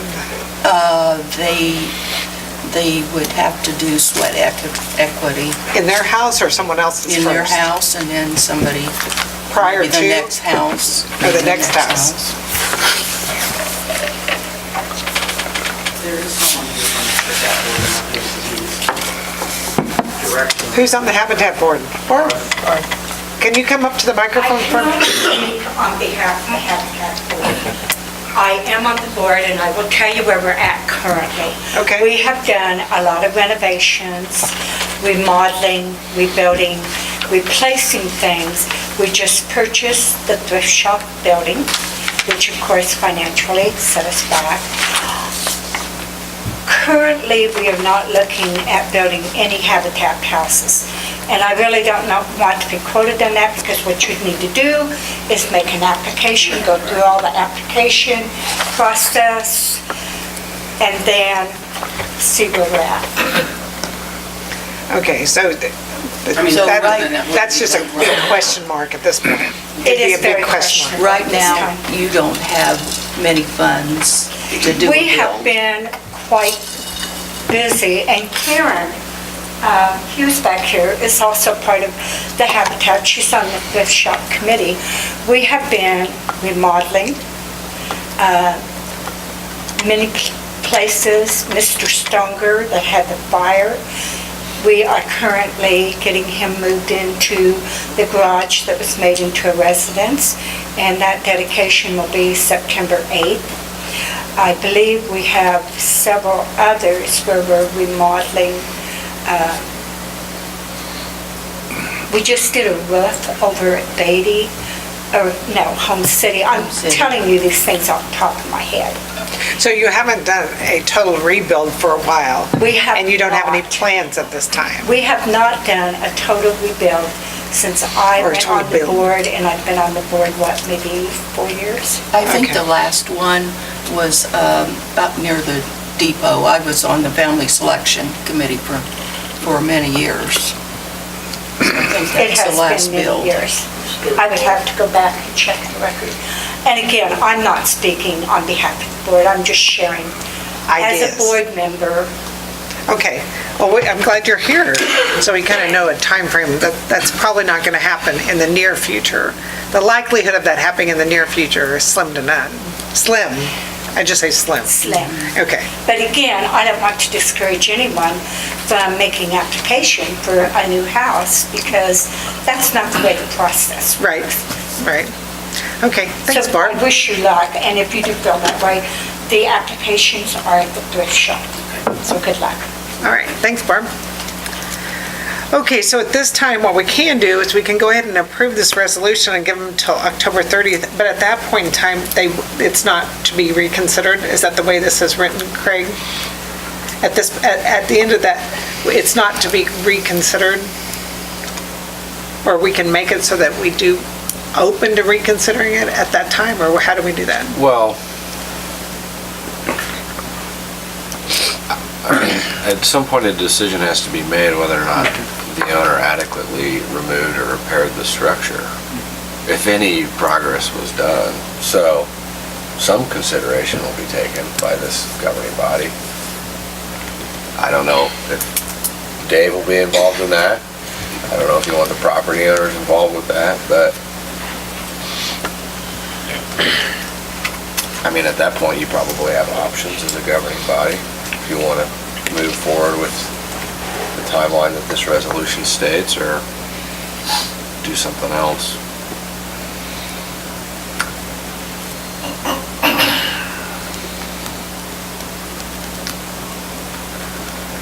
So do you guys want to leave it open, or we can either approve this resolution? It's more of a, if we approve the resolution, it's highly likely we wouldn't consider it again. Is that a true statement? Readdress it? It says you may take further action. They use the words may if nothing's done. Like Craig was saying, there is a, did they do enough stand, or do the section that you go through. So if we approve this resolution, we can still bring it back up prior to. Reevaluate it. Reevaluate If they October did 31. enough work or not.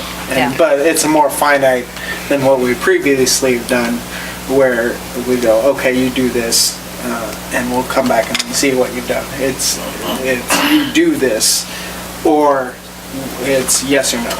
Okay. So, Dave, what do we tell them that has to be done by October 30th? I just think you gotta decide if you want it tenant shut. Because if they tenant shut and you don't like the looks of it in 60 days, that's not really fair. They put their time and money into that part. And then you want to condemn it down anyways. Right. That's true. That's a true statement. So are you guys gonna be happy with 10 over the windows on that? I think their neighbors are. Do you have the, I probably wouldn't be. do you have the, And I'm a person that puts a Pictures from storage last time. container in, and I'm not saying that it looks great either, but. oh, he's got the surely pictures they're from last more- time. I was That's gonna why say, I should've brought. Who are their neighbors? If we had our incentive program in place, they may be able to take advantage of that for removal.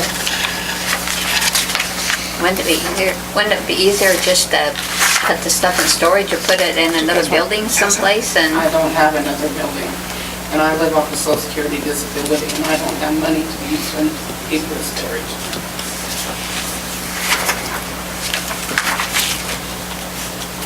Have you considered trying to sell it?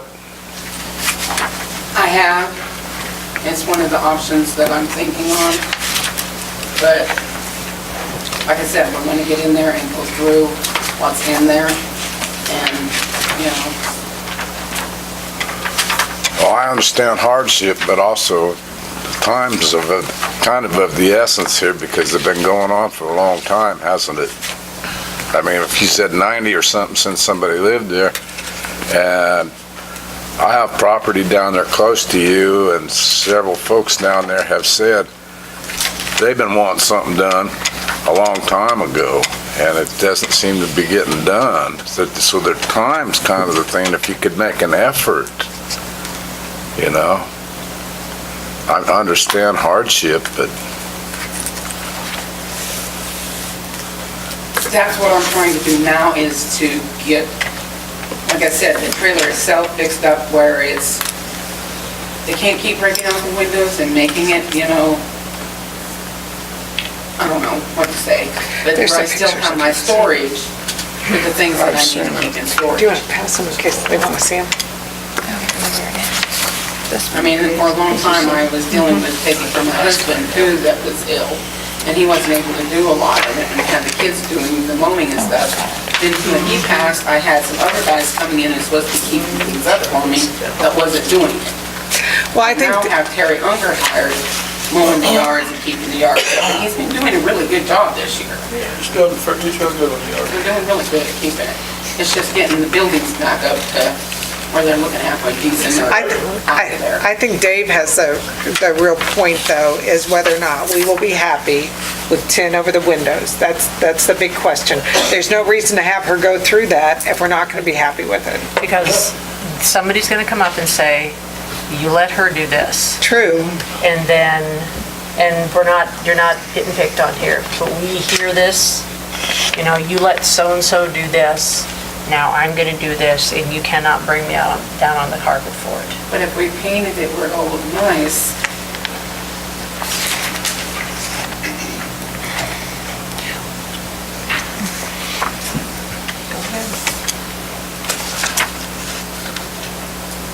I just don't have storage anywhere else and can't afford it. I think it's going to be awfully expensive to bring it up to looking nice.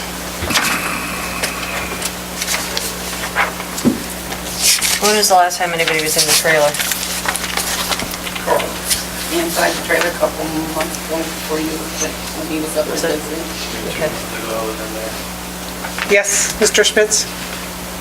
You can dismiss it. Okay, Butch? I just kind of like to ask, you know, what's actually stored in the trailers? Is it stuff of monetary value, or is it just stuff? It's a little bit of everything. It's, things that were passed down from me, from my grandmother. It's things that were my kids when they were real little, you know. The last time that Dave and I were down there together and viewed that property, from what we could, and we just looked from the alley and the street. From what we could see through the open windows, it just looked like a lot of stuff. But that's just all we saw, and the shed was about the same. Will you have much stuff if you're, because you made the comment that you're planning on throwing most of it away, That's what's out in the shed area, yeah. would you have that much still in there if you go through and throw a whole I bunch of don't it know away? what's in the trailer, you know, I don't know, there's quite a bit in there. I know there's at least one room full of things, stuff that was from my grandmother. You know, with access to the trailer, you know, with open windows, and I don't know if there's any other openings in the trailer, it's a magnet for rodents. Yeah, that's what I was I'd say, concerned about. Yeah, pack rats and mice and raccoons and... Well, where are you living now? I live here in Marysville now, at 503 Elm. Well, I know, but you can't take any of this stuff. That's just a teeny little house that's, we got 6 people stuck in that little house now, and there's no extra space there. It's just a one bedroom. With the money that you're planning on painting and the tin, can you just get a small shed and?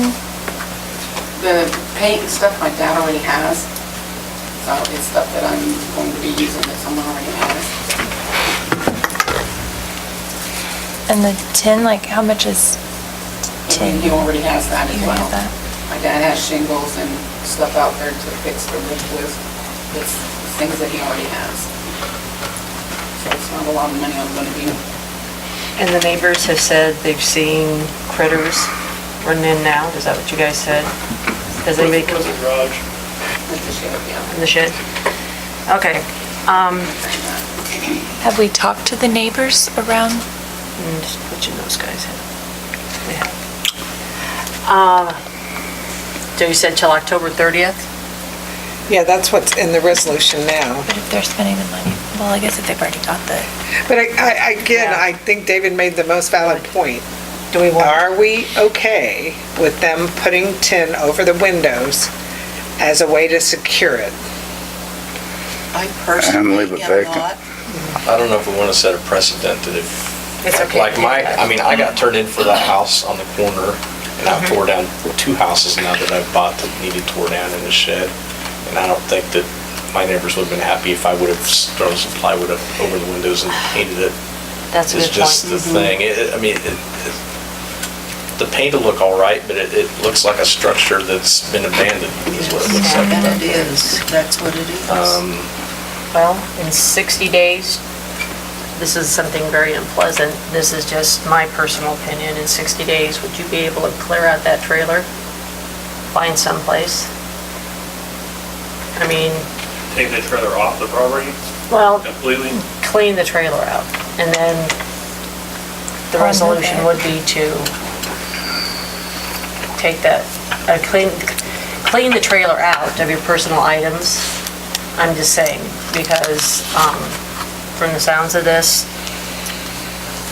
is that putting the tin upside, not an option. And I realize what you're saying about kids breaking windows. I understand that. But we're also in a quagmire here. We can't let you guys do one thing here, where we're gonna not let Jason, do something Or or somebody not. else. Or anybody else.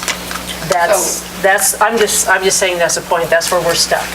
Because it is put on us to make this decision, and we have called other people, not since I've been here, but there have been other previous councils that have said, okay, either completely clean it up, fix it up with windows, blah, blah, blah, and then we'll look at it again. And other people we haven't even heard from. So what I'm saying is, if you feel you can put windows in and bring it up to what Dave would consider code, correct? I would think it would be best to make it look like a trailer house again, Okay, make it look like a trailer house? and like a tin shed. No, yeah, nix the tin. There is plexiglass.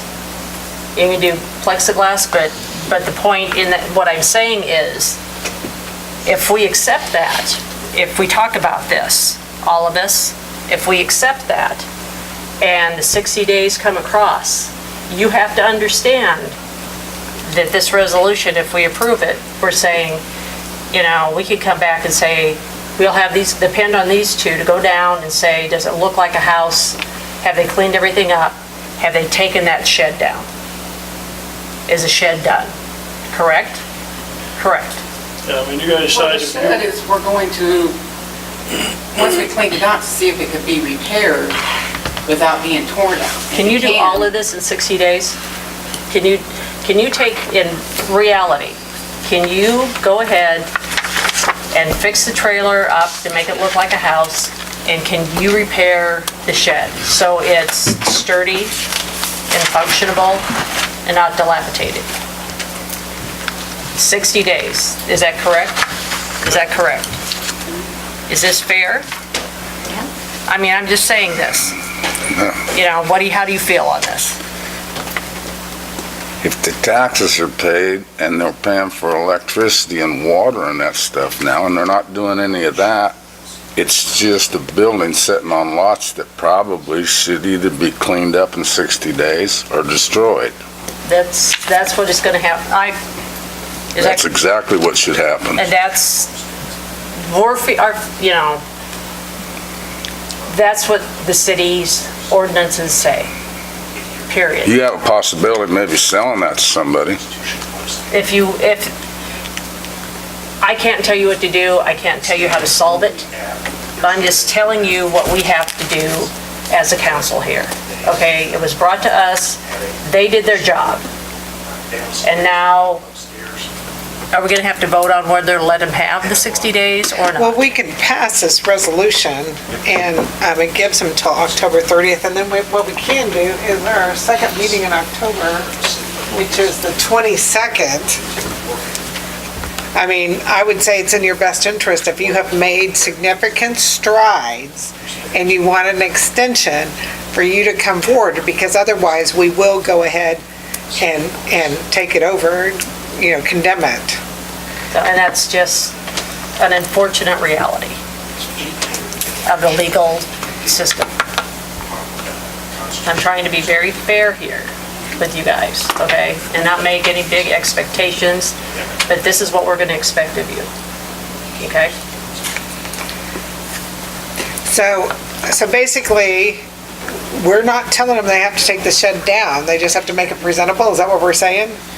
That's kind of that's actually what it says, if they can remove or repair, it gives an option to repair. Okay, so it either has to be torn down or structurally sound.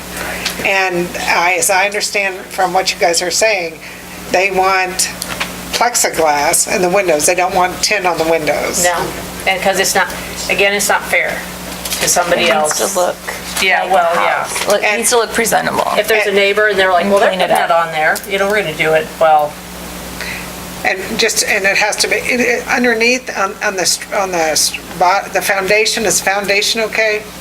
Is there work that needs to be done? It's just a trailer. There's no foundation. So there wouldn't be a But is there access for animals in the bottom or anything? It's got skirting all the way around. it's got skirting. So it's the only place the windows can go in is through the windows? Varmints, whatever? Okay, Yeah, I don't know what's underneath it. okay. So I guess at this point in time, we're saying the shed, either make it secure or tear it down, and the windows have to be plexiglass or something, but it can't be tin over the windows. That's right.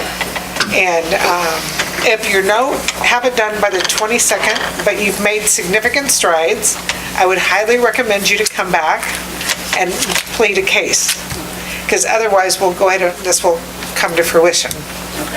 Okay. Is fair enough? Is the trailer all right? You're talking about the building, but the trailer's okay, huh? No, that's what we're talking about. We're talking about the trailer. We're talking about plexiglass. I can't honestly tell you what the trailer's like, because we haven't been on the property. I don't go on there and inspect it. Have not been inside it. I don't know if the floors are good, bad. And I know most trailers, when you get to a certain age, they fall apart. Does a roof leak? That's the images. Just do the windows, that's why we placed them in some. Terry. Terry. I think you need to be careful about setting a precedent, because there's a lot of places like this around Murrysville. Okay. So were we not specific enough, Butch? No, I'm not saying that. I think you just need to be very careful on how you word what you want done. Yeah. And trimming trees, and there's lots of stuff, I don't know, just making it look like it. Does the front door need some work too? Yeah, I plan on fixing the front door. Okay. It does need work. Well, the task, well, as far as I'm concerned, we'll talk about it here, but, that's the daunting task to get this within 60 days. It is, and that's not, What's that? What's your 2 cents on how it should go?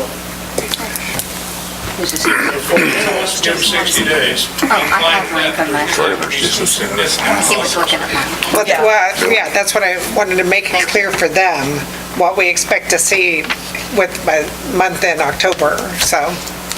The trash picked up. yeah. Well, this month they haven't had time to do it. Most of that by that garage has got thrown back in or done something. Since those photos. Okay. And if I was you, if I'd start working on it and you're 30 days in and think you think it's acceptable, I'd call Butch or Dave and say, you want to come look at it, is this okay? Or would you recommend council to accept this? That's what I would do. Okay? So at this point in time, we'll go ahead and approve the resolution, which gives them till that October 31st date, October 30 date. Yeah. Okay, so I would entertain a motion to accept the resolution, or as presented. I will maintain. I thought I made the resolution. Did you? I think I made the motion. Oh, That was the other one. oh, that was the other one. Oh, okay.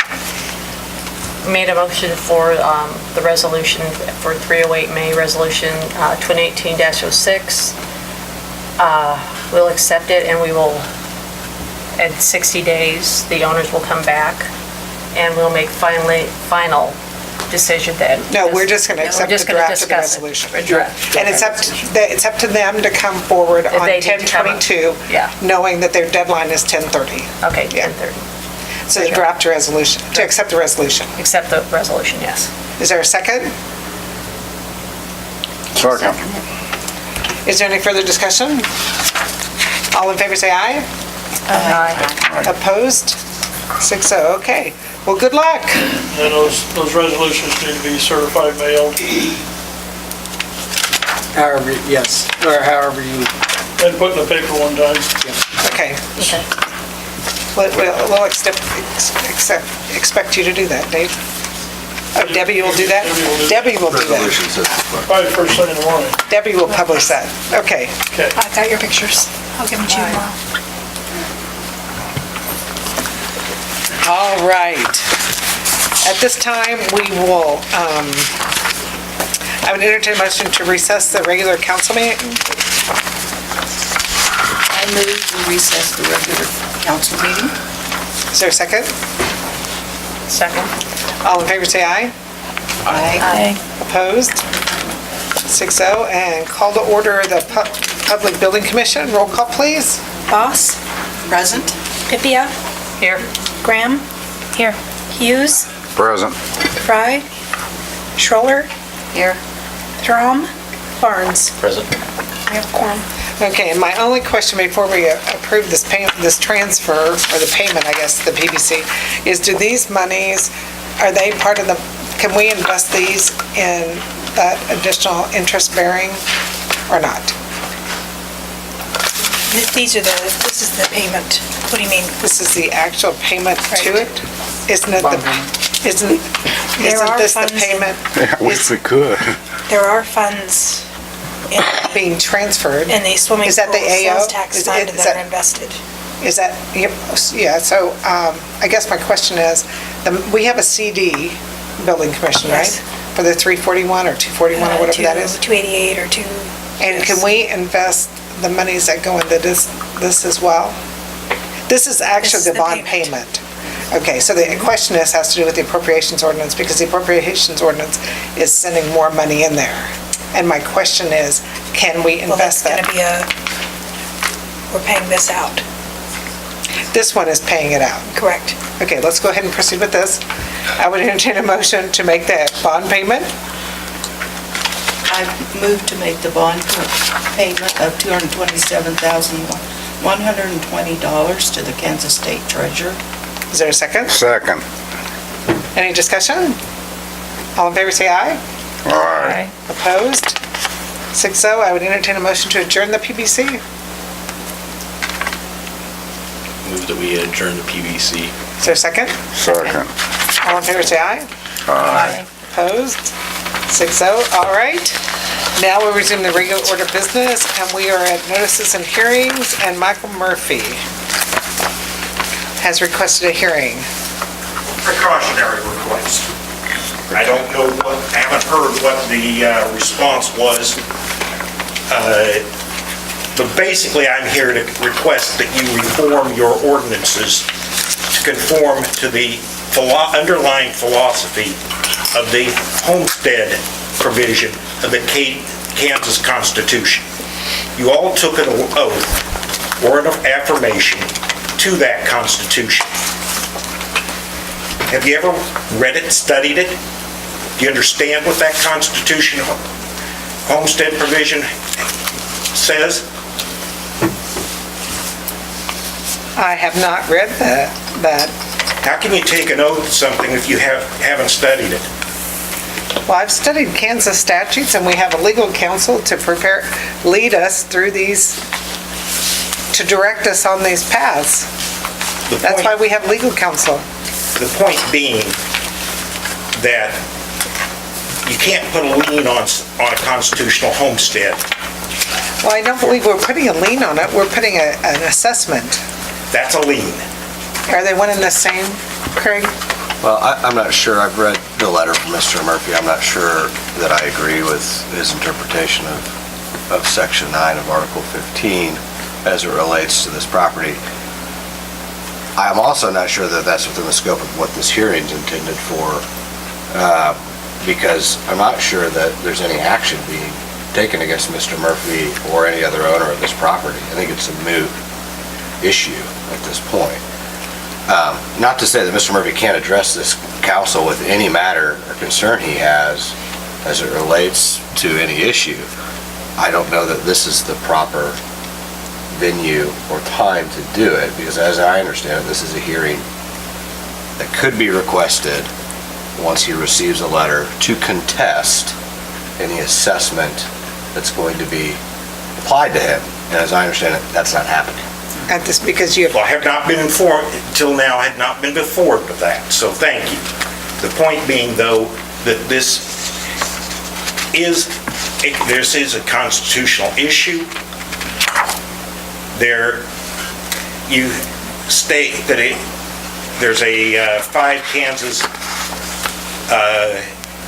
decision which dealt with the issue of tax. And in that particular case, I don't remember the citation off the top of my head, but the city of Leavenworth had graded a neighborhood, and the Supreme Court said that wasn't a tax, the special assessment they... The question here is your authority to do this assessment, is this a tax or is it an improvement? Those are the two things that the constitutional provision allows. And nobody should get the kind of letter threatening to put a lien on it. Well, I don't think that word lien is used in here. The assessment is a lien. It's a tax lien.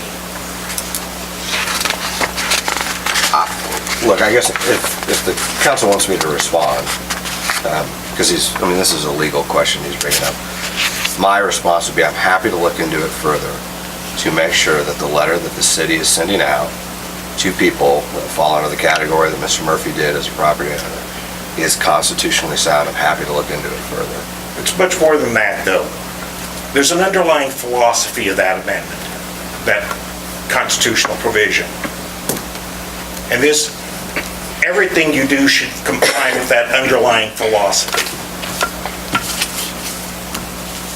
Thank you. Okay, so regarding this Section 9 of Article 15, did you look at that? Yes. And is it based on I'm not sure I agree 160 that, acres, or, I thought it said something in there about 160 acres and, the or 1 farming acre. land in 1 acre within In the town. limits of incorporated town or city. And his occupied as a property, residence. and I don't think his property is an acre. 1 acre. That would Less be, that, It's less than. So then it wouldn't I'm- qualify under section 9, would it? I don't know that for sure. Okay. I'm more looking at it generally, if the city, as I think I understood the legal question, is sending this letter out to something that qualifies as a homestead, could it do that and enforce that under the section and article of the Kansas Constitution? If the city, If if the the prop- governing body wants me to do that. If the property is an acre, so you're gonna look at these letters and see if our assessments are If a the lien? council wants me to do that, I'm happy to. Well, I guess we wanna make sure our letters are correct. Sure, if they're going certain, if what the city's doing in these letters violates the homestead exception of the Constitution of Kansas, that's the next question. Right. So if it has those area restrictions, then every time we send these out, we have to look at how big area we're sending them No, to? I'm not sure. but Okay. that's- I mean, I would look into that. Okay. So well, thank you for bringing it to our attention. He'll look into it to make sure our letters are written correctly. Yes. Okay. So was this just about the weeds, not about the trash, the garbage? Well, I think that the weeds and the public nuisance both would be an assessment to be put on the tax rolls. Madam Mayor, Yes. who composed this letter? Well, I asked Dave that. He said it was done a long time ago. You don't have any record of who composed it? No, is, Attorney, probably one of our attorneys at the time. I guess, the reason I was curious about, I don't know enough about law, but I think the words that are in there about criminal charges is a pretty heavy deal for something that's a nuisance here in town. To say that all of a sudden criminal charges to somebody that's the first time they get that letter, I think is a little heavy. Carla, can I say something? absolutely. Come on up. We're so glad we hired you. You know, maybe on the surface, maybe those letters do sound a bit harsh, but you know what? Most of these nuisance properties that I'm trying to address now have been nuisance properties for years. True. Yeah. They're not just something that's happened in the last few weeks or the last few months. They've been going on for years because the city did not have anything in place to properly handle it. And that's what we're trying to get a handle on now. And we are trying to act upon them and clean up our area. You are exactly right. And we need to get people's attention. Yeah, it does get their attention. And for the most part, it has paid off. There's some properties starting to be cleaned up. I have noticed that around town. Yeah, and you know, it's not something that's gonna happen overnight because they've let these things snowball for years. Right. So, Yeah. He did cut. I think he cleaned up. Yeah, he cleaned up around there. I've not gotten this specific letter yet. But I have over the years gotten other ones. And I was always mad when I got it because they were worded pretty, but it did get my attention. And I knew that what I was getting a letter about needed cleaned up. I mean, I was upset about it because I'm a guy and I don't like being told that my mess needs cleaned up necessarily, but I knew that it was a mess. and I think for the most part, I knew it needed people cleaned just up. need to be reminded. Yeah. Yeah, I mean, they shouldn't have to be, but. yeah. I mean, as long as it's legal.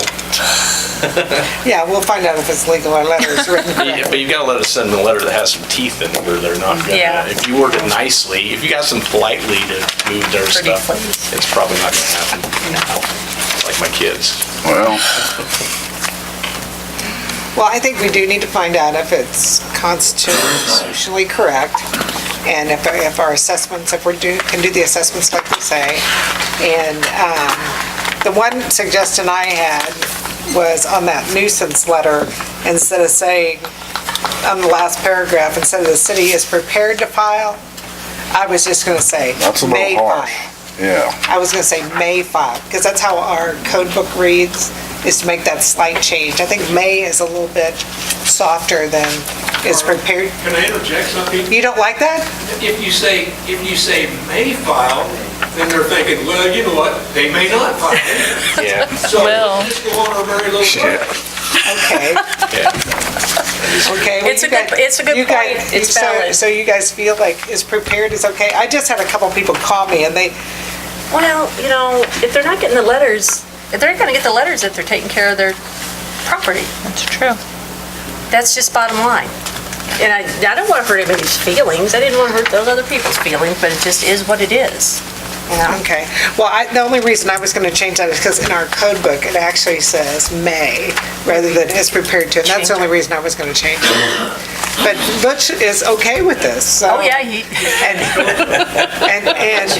if you guys are okay with it, we'll see what it brings the next meeting, okay? Change the code book from there. Yeah, we can change the code book. Change code book. That'd probably be easier.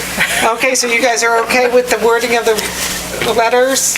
And we'll have Craig research that and make sure we're doing it correctly. All right, we will move along then. The consent agenda is just for the resolution for the bank deposit. We can do that as a consent agenda? Okay. So I'd entertain a motion to approve the consent agenda. I would entertain a motion to approve the consent. I entertain a motion to approve the consent agenda. Is there a second? I'll second it. Is there any discussion? All in favor say aye. Aye. Opposed? 6-0. All right, the next item is the appropriations ordinance.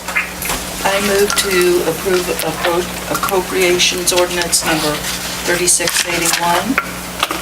Is there a second? Second. Okay, this is the one I should say. So in this agreement, we're sending, where's the PBC payment? $227,120. Yeah, so my question is, are we investing that so we make the higher interest rate? Can we do it once it's in the PBC? Does PBC have the authority to invest our idle funds at the higher rate? We have an investment with the PBC funds. For the CD? Here's Besides the CD? how many payments do we have each year? 2, 3? We have one interest and one principal. So two Or two payments interests and one principal. I mean, you could put it at a small interval because we put as much in as we're taking out. So every payment, you just invest that into a higher interest. We'd have to go out to bid and go, who wants this money? And then, Does the PBC have the authority to do that? When the money's transferred there? I mean, I'm not saying you guys don't know, you're not familiar with it, you look at it, certainly probably more than me, maybe more than the mayor, but before we talk out of turn, I mean, they've got a thick book that sort of regulates and controls those monies in and out, and I mean, I think we refer to that first, see if it addresses your questions. If it does not, speak to the folks that are holding this, and then, I mean, before I think any decision should be made. I just wouldn't want to get into the discussion without it being authorized or entertain investment. Well, I hate to transfer all that money and just have it sit and not earn any interest when we could keep it in the city and earn more interest and then transfer it when we need to. And I think that's a valid financial question, just need to make sure it's... It does earn interest. Austin did that one first. But it's in... The PBC's money, it does have a CD. It has a CD. The part that we don't use, the part you said that was gonna stay there, is there. And the only part we did now was the part we had to send away to the state.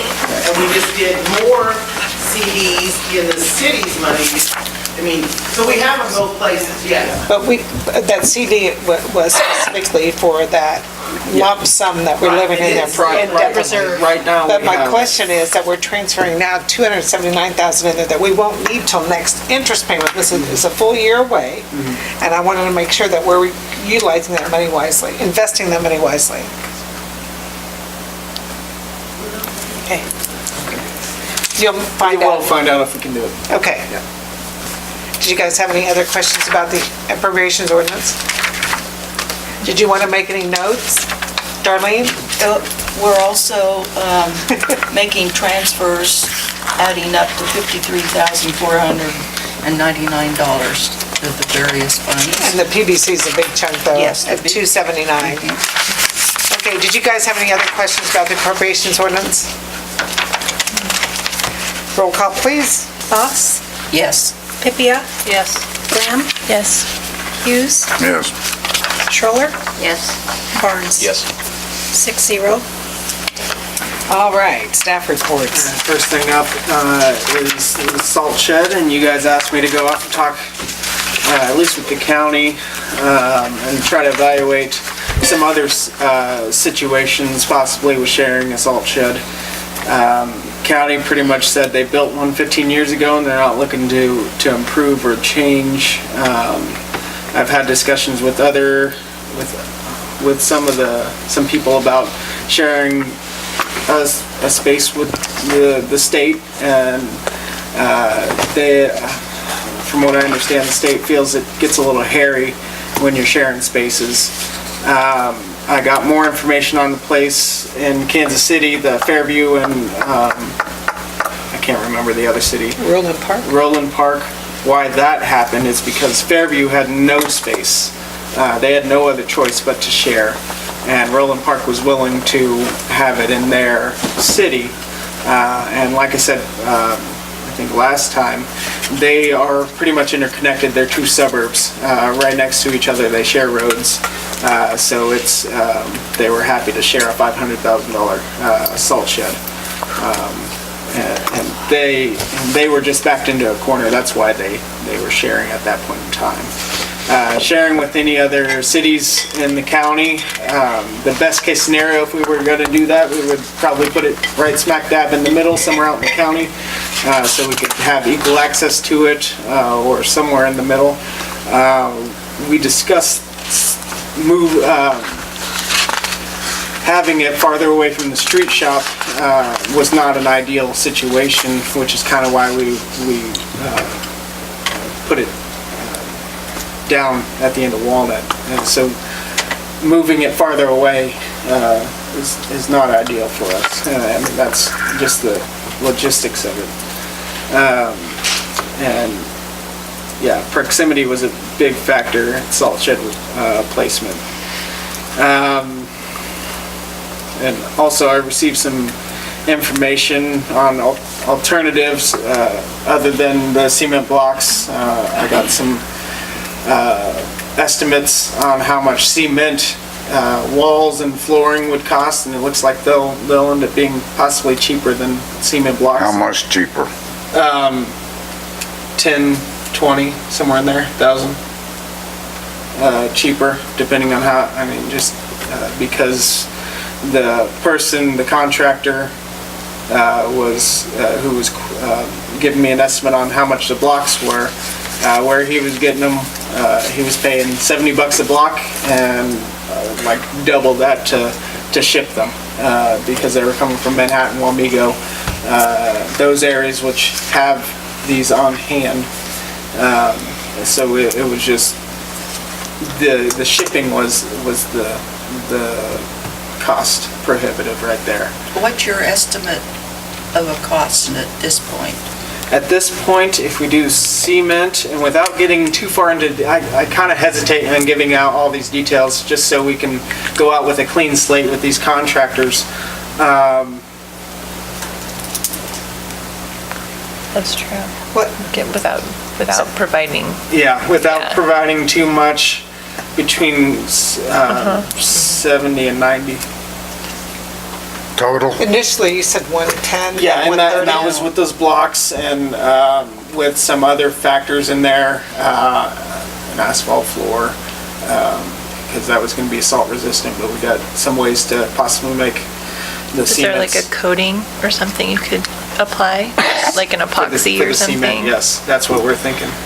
And that's what one of the contractors was saying, and that's for them to come in and pour it, was going to be cheaper. Who has this 80-foot salt shed? 80-foot salt shed? Yeah. Where's one at I could drive to and look at? I'm not sure. We did have it all pinned out previously to show you what it would look like. I as know far as on the drive-through. Walnut, I saw the pins down there, but Yeah. I'm talking about going to see an 80-foot salt shed. Who's got one? I haven't gone and measured anybody's salt. I don't know. I think we'll be the first. Well, I guess that's my real problem is we went from a 30-30, which is a 900 square foot, to a proposed 60 by 80. So we went 5 times bigger salt shed. We went to KDHE though and asked them, didn't we? Right. So we could cut that But in 5 half by times making the it 40 size? feet long. The KDHE didn't say we had to No, make it 5,000 square They foot. said that we should keep it as much, we should keep everything underneath the roof. That's what they were recommending. And to keep it all underneath the roof, we needed that driveway. And that's what made it. But you said you created this whole concept of a drive-through salt facility. Right, Gary did. Yeah. But is that good use of taxpayer money to create a drive-through? How long did the last salt shed last? How long did they have it? How many years was it here? I'm not sure. It was a water, where they had water pumps and stuff there. That was where. That's where it was before. That's why it had the floor. That's my, if we even build something that's gonna last, and I'm dead, you're gone, so something's gonna be gone in 40 years, I'm not gonna care. Right. Well, the main thing is that, do we need a salt shed 5 times the size we currently have? 5 times. What's the one that's down by the county line? How big is it? Yeah. I don't know. I looked at these salt stories, like there's these, that are open-ended on one end. And then there's these that have, driving in and stuff. But, Are they metal? and they're cement, like this one is cement, 8 feet, and then has a metal roof. And, I think they have a 30-year life on these. Do they? But I was just pulling these up, trying to look at them, and they said they range anywhere from 6.5 per square foot to 14 per square foot, depending on what you want. But the key thing is our size. And when I was looking at the size of most of these, I mean, like at this one location, Steel Masters, the largest they ever made was 100 by 100, and ours is half of that. And for our little city, it seems exorbitant. I mean, I think we should get a salt shed that we need, but to get something 5 times what we currently have seems excessive. We have streets that need to be repaired. And I hate to always use streets, but to spend, his bid before was $110,000 for a salt shed seemed, and when we had budgeted 30, so we went from 30, an estimate of 30, to 120, doesn't seem very responsible. Yeah. But we could put up a shed like this down there. How's Gary gonna get this salt? Is it gonna be where they have to dump it on the ground? Yes. And then he has to move it in? But that's what everybody does. I mean, it's Can you put pour a pad of concrete in front of that, and that's where you dump the salt, and then from the concrete push it into the shed? I think you have that So then you're concrete. not putting it on the ground? Yeah. No, it's basically anything that is not enclosed by a roof is what they're looking at. If you're doing something outside of a roof, and that's, they consider that outside, so we would have to go do their permitting process, create a plan, and I'm not sure on the costs besides that. They just have a mitigation plan, and so on and so forth, which, I mean, we can do that. We were just trying to create something where we could keep it all inside, and Dump it inside. It'd be inside. labor friendly. Yeah. Labor friendly, Yeah. but really it isn't taxpayer friendly. And I looked last year, and we got 7 loads last year. That's all we got, 7 loads. So you figure that's 7 that they dump and they have to move in. And for $120,000. I mean, if We we can dump a can, lot of salt for that. if we cut it down, I mean, I don't know which side we're at, the 650 per square foot or the 14, but, if you cut it in half, you're gonna save $25,000 to $50,000. Yes.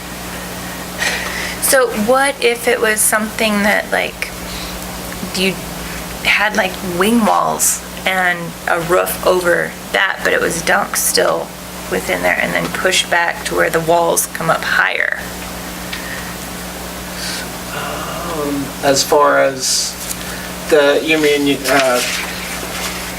Like that picture that Mayor had of the shed, if there was a roof that came out a little farther with a concrete pad and This maybe a looks wing like- wall. This one looks like they have a pad in front of theirs. This one doesn't really look like they have a pad, but they always dump from the bottom. yes, that's what our supplier has.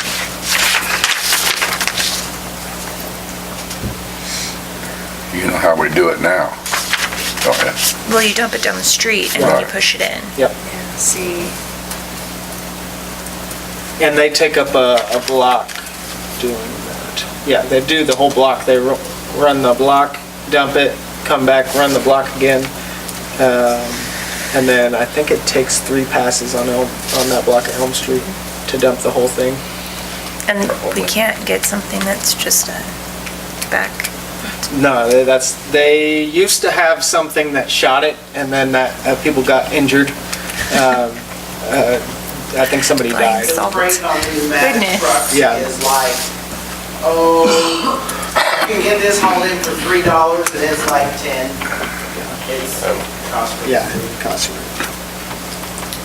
And our current supplier doesn't use them. They, like I said, I think they had somebody die, and then. well, I know that the 100 by 100 they said was a state agencies, the great big ones. And we're not gonna have the salt amount of a state agency.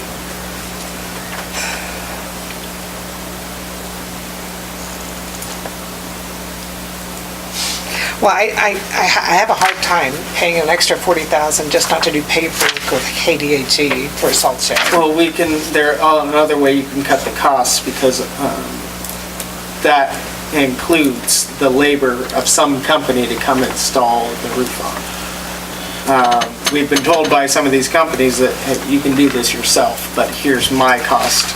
And I mean, I always look at keeping it as easy as possible. Now, we can't pour walls. Our guys, we don't have the forms for it. So that would be kind of out of the question. But it's, to install the roof would be a significant, ourselves would be something we could possibly do to reduce that cost. So the size of the shed that you're proposing is dictated by the truck driving with the, Yes. to dump the salt within the building? We gave a 20-foot wide driveway so they could have more mobility to turn out of the shed and turn into the shed, so they're not going to hit the walls or anything like that, which that reduces the amount of wall you have. And then 40-foot by, 40-foot by 60-foot of space to put salt with only a limit of the height of that wall, because we really don't want the salt touching the roof, depending on what it is. Well, to me though, if all these other people don't have to have a drive-through, it seems like We don't need one either. excessive for Marysville, Kansas to get a drive-through salt shed. For the size of the community, Yeah. And then the amount of salt snow we need. that Yeah. we've received in the last. Well, it's not really the snow, it's the Ice. It's ice.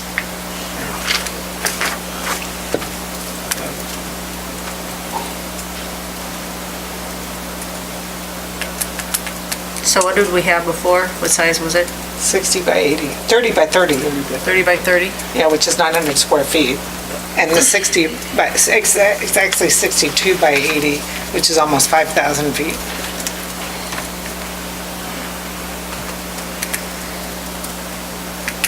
And it's one thing if you could store equipment in there, like if you could use it as additional storage, but you can't put storage in there because of the salt. Yeah, no, So it's the only rust. purpose is it is to drop the salt. And the reason we're not, again, just to clarify, the reason we're not just dumping it in on a concrete area is because we run into issues with contamination. The idea is for KDHE, they want to prevent as much contamination going into the stormwater. And so I think their theory is as long as it's out of precipitation, they're limiting that as much as possible. But we would do that. When you dumped it, you'd move it in. It's not like you're gonna let it sit there. Yeah, but once you, like I said before, that block of Elm Street is never gonna ice over, so there's... Yeah, you're never gonna get it all. You're never gonna get it all off the street. Well, you could just put a concrete slab in front of it, right? A street sweeper will pick it up. Yeah, but can't you put a concrete slab in front of this? You can. No, but you're never gonna get it all out of wherever it is in the outside the roof. So if But the fact that other people don't have these drive-through tells me that this is how it's done at other places. Okay. Doesn't it? I mean, that's, I'm not saying Just not an to do that. assumption. I'm saying we were trying to do it this way, and the street, you guys approved looking at it this way. So. I know, and the more I looked at it, when I kept looking at these sites and nobody had drive-through sites, I was like, why are we doing this for a salt shed? That's why I wanted to drive and see one. I've never seen one. I didn't find one online for a drive-through salt shed. Maybe he was the first to think of it. Get it going, you could patent this, make some money. There we go. No, and we're Innovation. fine. I mean, yeah, Gary thinks of some really good stuff, and that's what our staff does. We're fine, especially if we're thinking about moving forward with a new salt shed, because that's what we need. We brought this to you guys. You guys said, let's look into this, and that's where we were at in our process.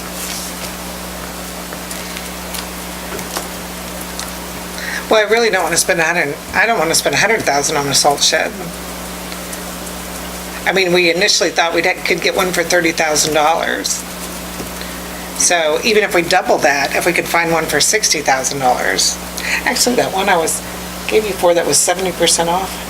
That was a pretty big salt shed. Did you see it? I didn't see the salt shed. You got a picture of it. It was on sale. You know, this is typical me shopping. But there was one, and it was 50 by 96, which is huge. And it was on sale for $27,000. That's just the roof. So that would be us installing that roof. See, that's still excessive, though. We don't need a 50 by 90. That's, again, almost 5,000 square feet. But I just saw a sale. So maybe they have others on sale. I don't know. What I think we need to figure out how much money we want to invest in a salt shed and try to design one to fit those ramifications.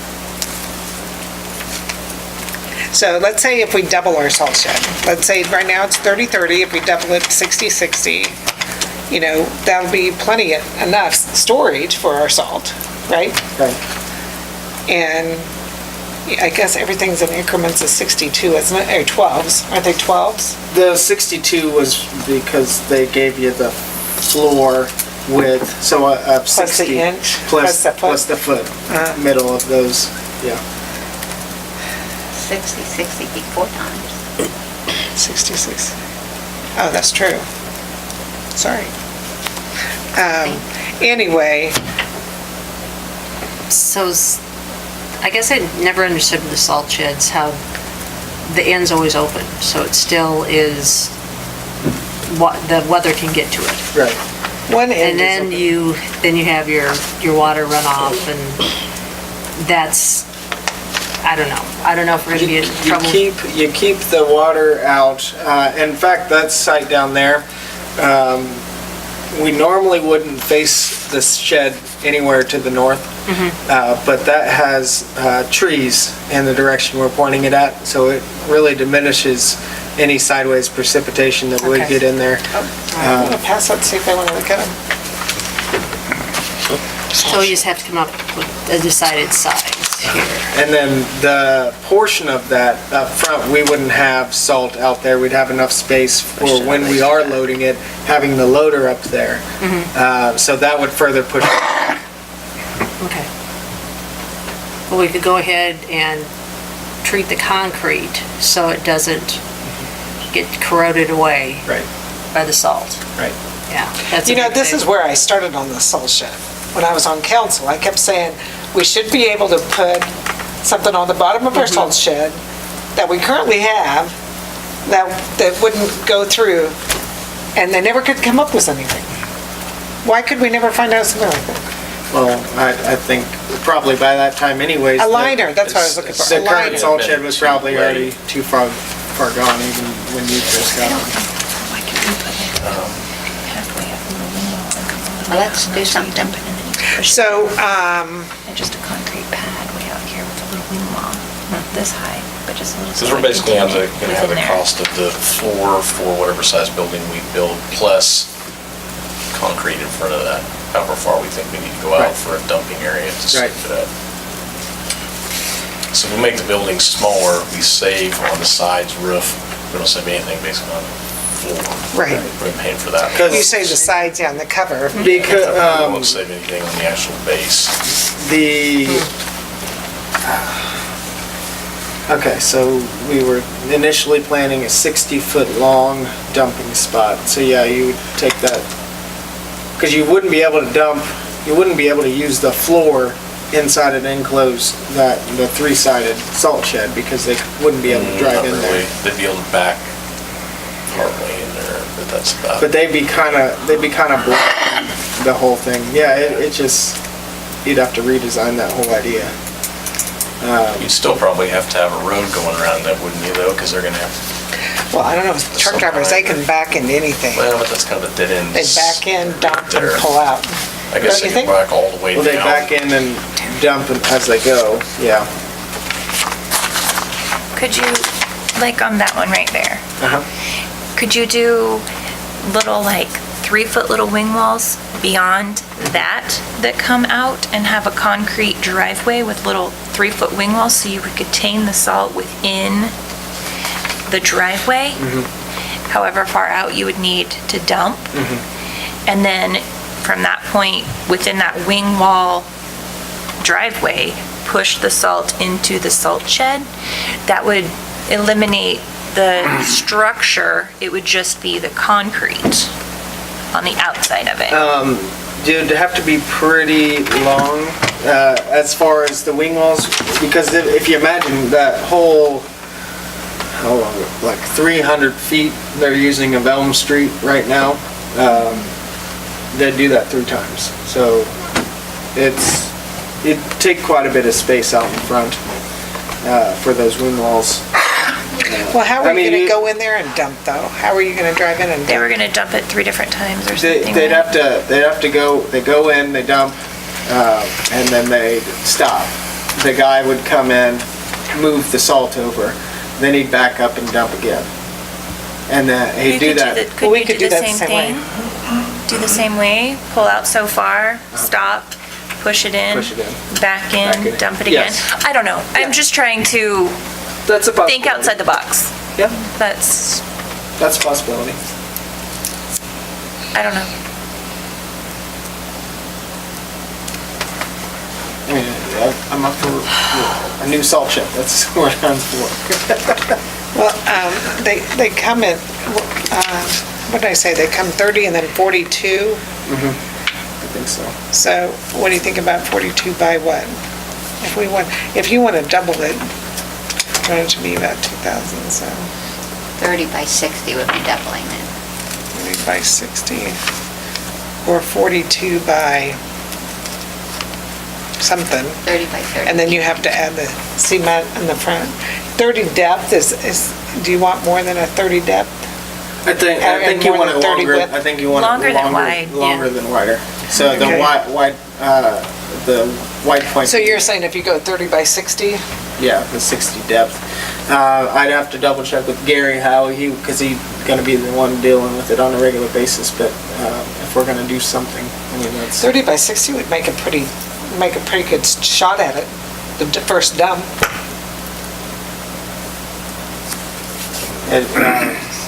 Yeah, we can look into that, that's fine. Okay. Yeah. I didn't sit down and look at everything when you first discussed this. So you bring us back something? Yep. Find out what's on sale. Okay, sorry, move on. Bring back. It's about doubling, and then and planning what cement we need with that. Yeah. Okay. You know, it's not. All right. Yeah. The next one is sewer, connecting two sewer manholes, one from an old main to the new main. The old main is an 8-inch sewer line, and the new one is a 12-inch. They ran the 12-inch just right next to the 8-inch for a little ways. I got some photos, some maps. It's right there on that one, right? This to this? These two are connecting your two? Yeah, so connecting these two right here. Yeah, these are parallel, but we would connect the two manholes at the corner of 13th and Jackson, or at the intersection of 13th and Jackson, to basically take the 8-inch main out of service between that intersection and where it gets to the next portion of Jackson Street. Going south? Yeah, so we would take, No, that wouldn't be the south. 8-inch goes through this big wooded area, and This house? that house, one house is connected to it in between there. And what the issue is because that 8-inch is going through that wooded area, the tree roots are infiltrating, and once all the sewer from upstream hits that spot and the tree roots are there, it backs it up and sometimes hits 15th Street from there. So we're just trying to bypass that section, and once you connect those two manholes, SC4 to SC4A, you basically bypass that whole area, and the only thing we would have to do beyond that is connect this house to the newer main. The 12-inch? Yeah. And yes, it's not ideal to have two mains parallel, but that's what they did back when they did it. So you take the 8-inch out of service? Yes, out of service between those, because after that, there are people that are connected to the main, to that 8-inch main, but it's not, there's no problem as of yet, or as of now. Oh, there are other people connected to it? Past this wooded area, yeah, onto Jackson. On these houses? So Are connected to the 8-inch? some of those houses are connected, some of these houses are connected to the 8-inch. To the 8-inch all the way over there? Yep, because it followed, this one cuts down through here in parallel, so there's two sewer mains that follow that pathway. I hate how this, when I'm on the computer, these lines are huge. You can see these, but when you print it out, it just comes out tiny.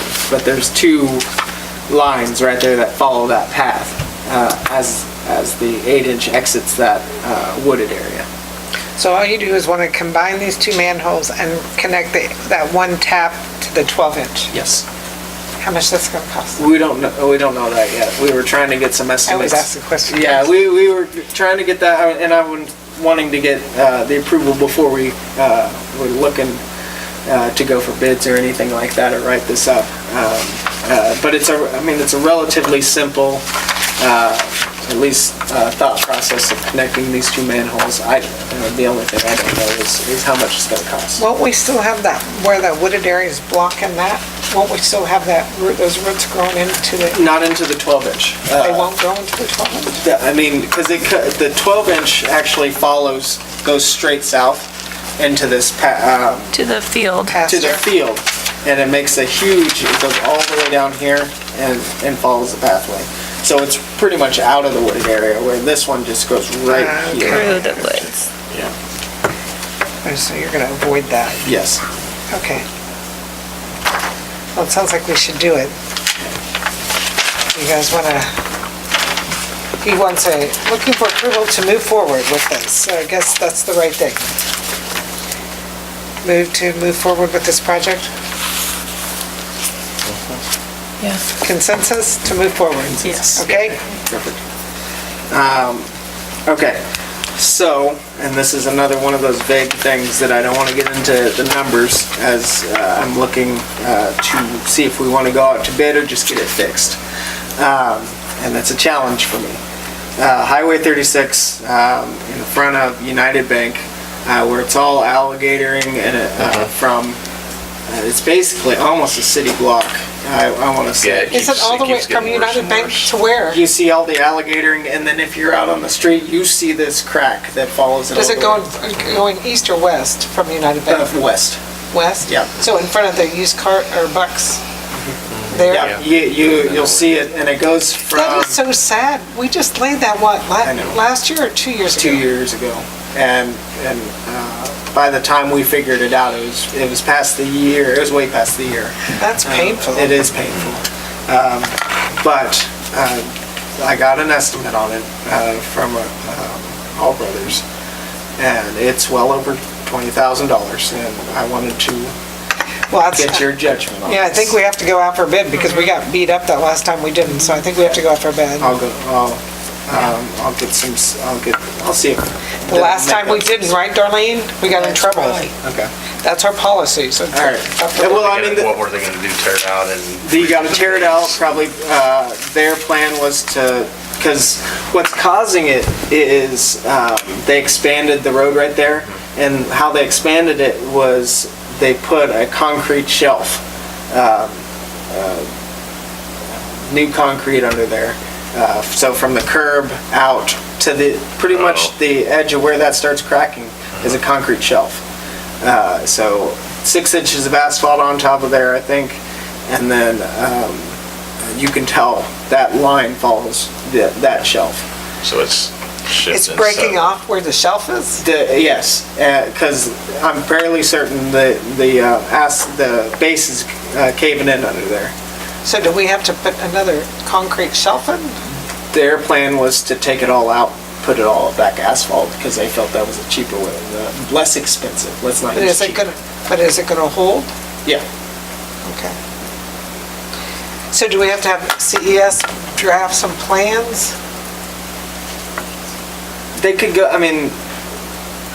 You think they could go without it? It wouldn't hurt. It wouldn't hurt. It wouldn't hurt. I'm not, I want to do it right. I was gonna say, I can't see how we can do it without CES, at least getting some bid specs, don't you think? I mean, that's fine. I mean, if that's the way you want to go, I mean, it's the safe route, I'd say.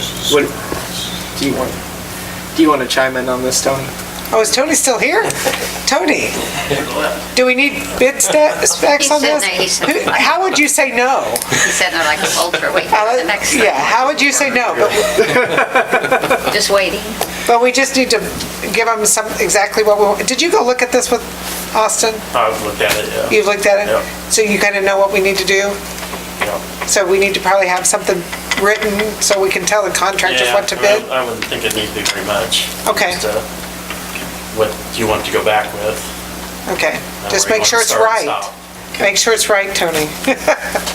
Okay. We don't want it to deteriorate again in 2 years. I can get with Tony if that's what you guys want me to do, and we can make I think that's what we have to do to make sure we get it done right. Don't you guys? Yep. Yes? Now that they're all Okay. the same, so, Okay. yeah. Thanks, Tony. Thank you, Tony. I see 20th Street's a mess too there. I came down 20th Street there by Pony Dodge, and it's all wavy and The one we're about to, between Carolina and. We're about to do that We're one. about to redo that one. I know, but it's all, But that's why we're doing it, because it was so bad. Yeah. Because it gets so much truck traffic now from Casey's. And that hasn't been done, so how long has that been, like, Well, we did that micro Micro-seal. surfacing Yeah. or seal on it. Yeah, between Hardee's and. That was a Hardee's and temporary Acorn. fix. That didn't hold up well at all. Yeah, but that blocks the worst, so we're doing the worst, We're that doing block. the worst, yeah. Okay. Country Club Lake aerator grant. Basically, I'm bringing this to your attention. We've had a few times, I think 3 in the last year, where a good size amount of fish have died in Country Club Lake. And I was looking through, and I talked to the game warden, and he speculated that the recent one was a relatively small death of fish compared to the last 2. Was caused by blue-green algae, and that caused a lack of oxygen in the lake, so it killed them off. So I was looking through our community fishery assistance program, which actually pays a lease to us to take care of our portion of the lake. And they have a grant that we can apply for, which is an 80%, 20% grant. And it specifically says aerator for ponds and lakes as an applicable, something we can apply for. So I was looking to get approval to move forward on something like this. I've seen and I have some ideas. The picture that I put out there is just an aerator / fountain, and we could do double duty with this while preserving the oxygen in the lake. We could also use it for festive activities like on 4th of July. We could have it lit up red, white, and blue, or something like that, or anytime. Put a squirrel fountain. If you can find it. We need a squirrel fountain. And keep it, and just make it double duty. And then I was also pointed out,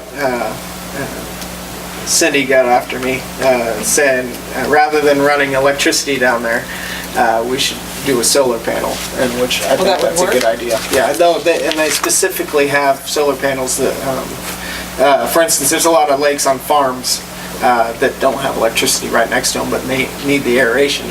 So they have solar panels that do that. Most of them don't use solar panels, they use wind.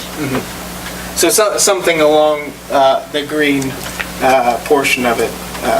There are ways to do this, and we can get a grant for it. So about how much is it going to cost? Just a real ballpark? I've seen fountains go $4,000 to $6,000, $7,000, somewhere in there. And I can also ask for our neighbors to help out, since it'll benefit them as well. Yeah, and you should. You mean the country Well, club? the country club had an aerator on hole 6 and used it a couple of years and then stopped using it. I don't know why. Oh, you might ask them why. That might be a good question to ask. Okay. Danny said Potts County Lake down there uses one. He sees it once in a while. Yeah, they do. And I don't know if theirs really works or not. Down going to Westmoreland. You know, the one on Highway 99 down there. Oh, I know where you're at. There's an area on that? Well, he says he sees it go. I've never seen it going, but he says that once in a while when you go by there, you'll see one. You might check with them and Does it have a see. squirrel? I don't think so, but you might check and see if it helps them. Yeah, you might ask them. That's a good point.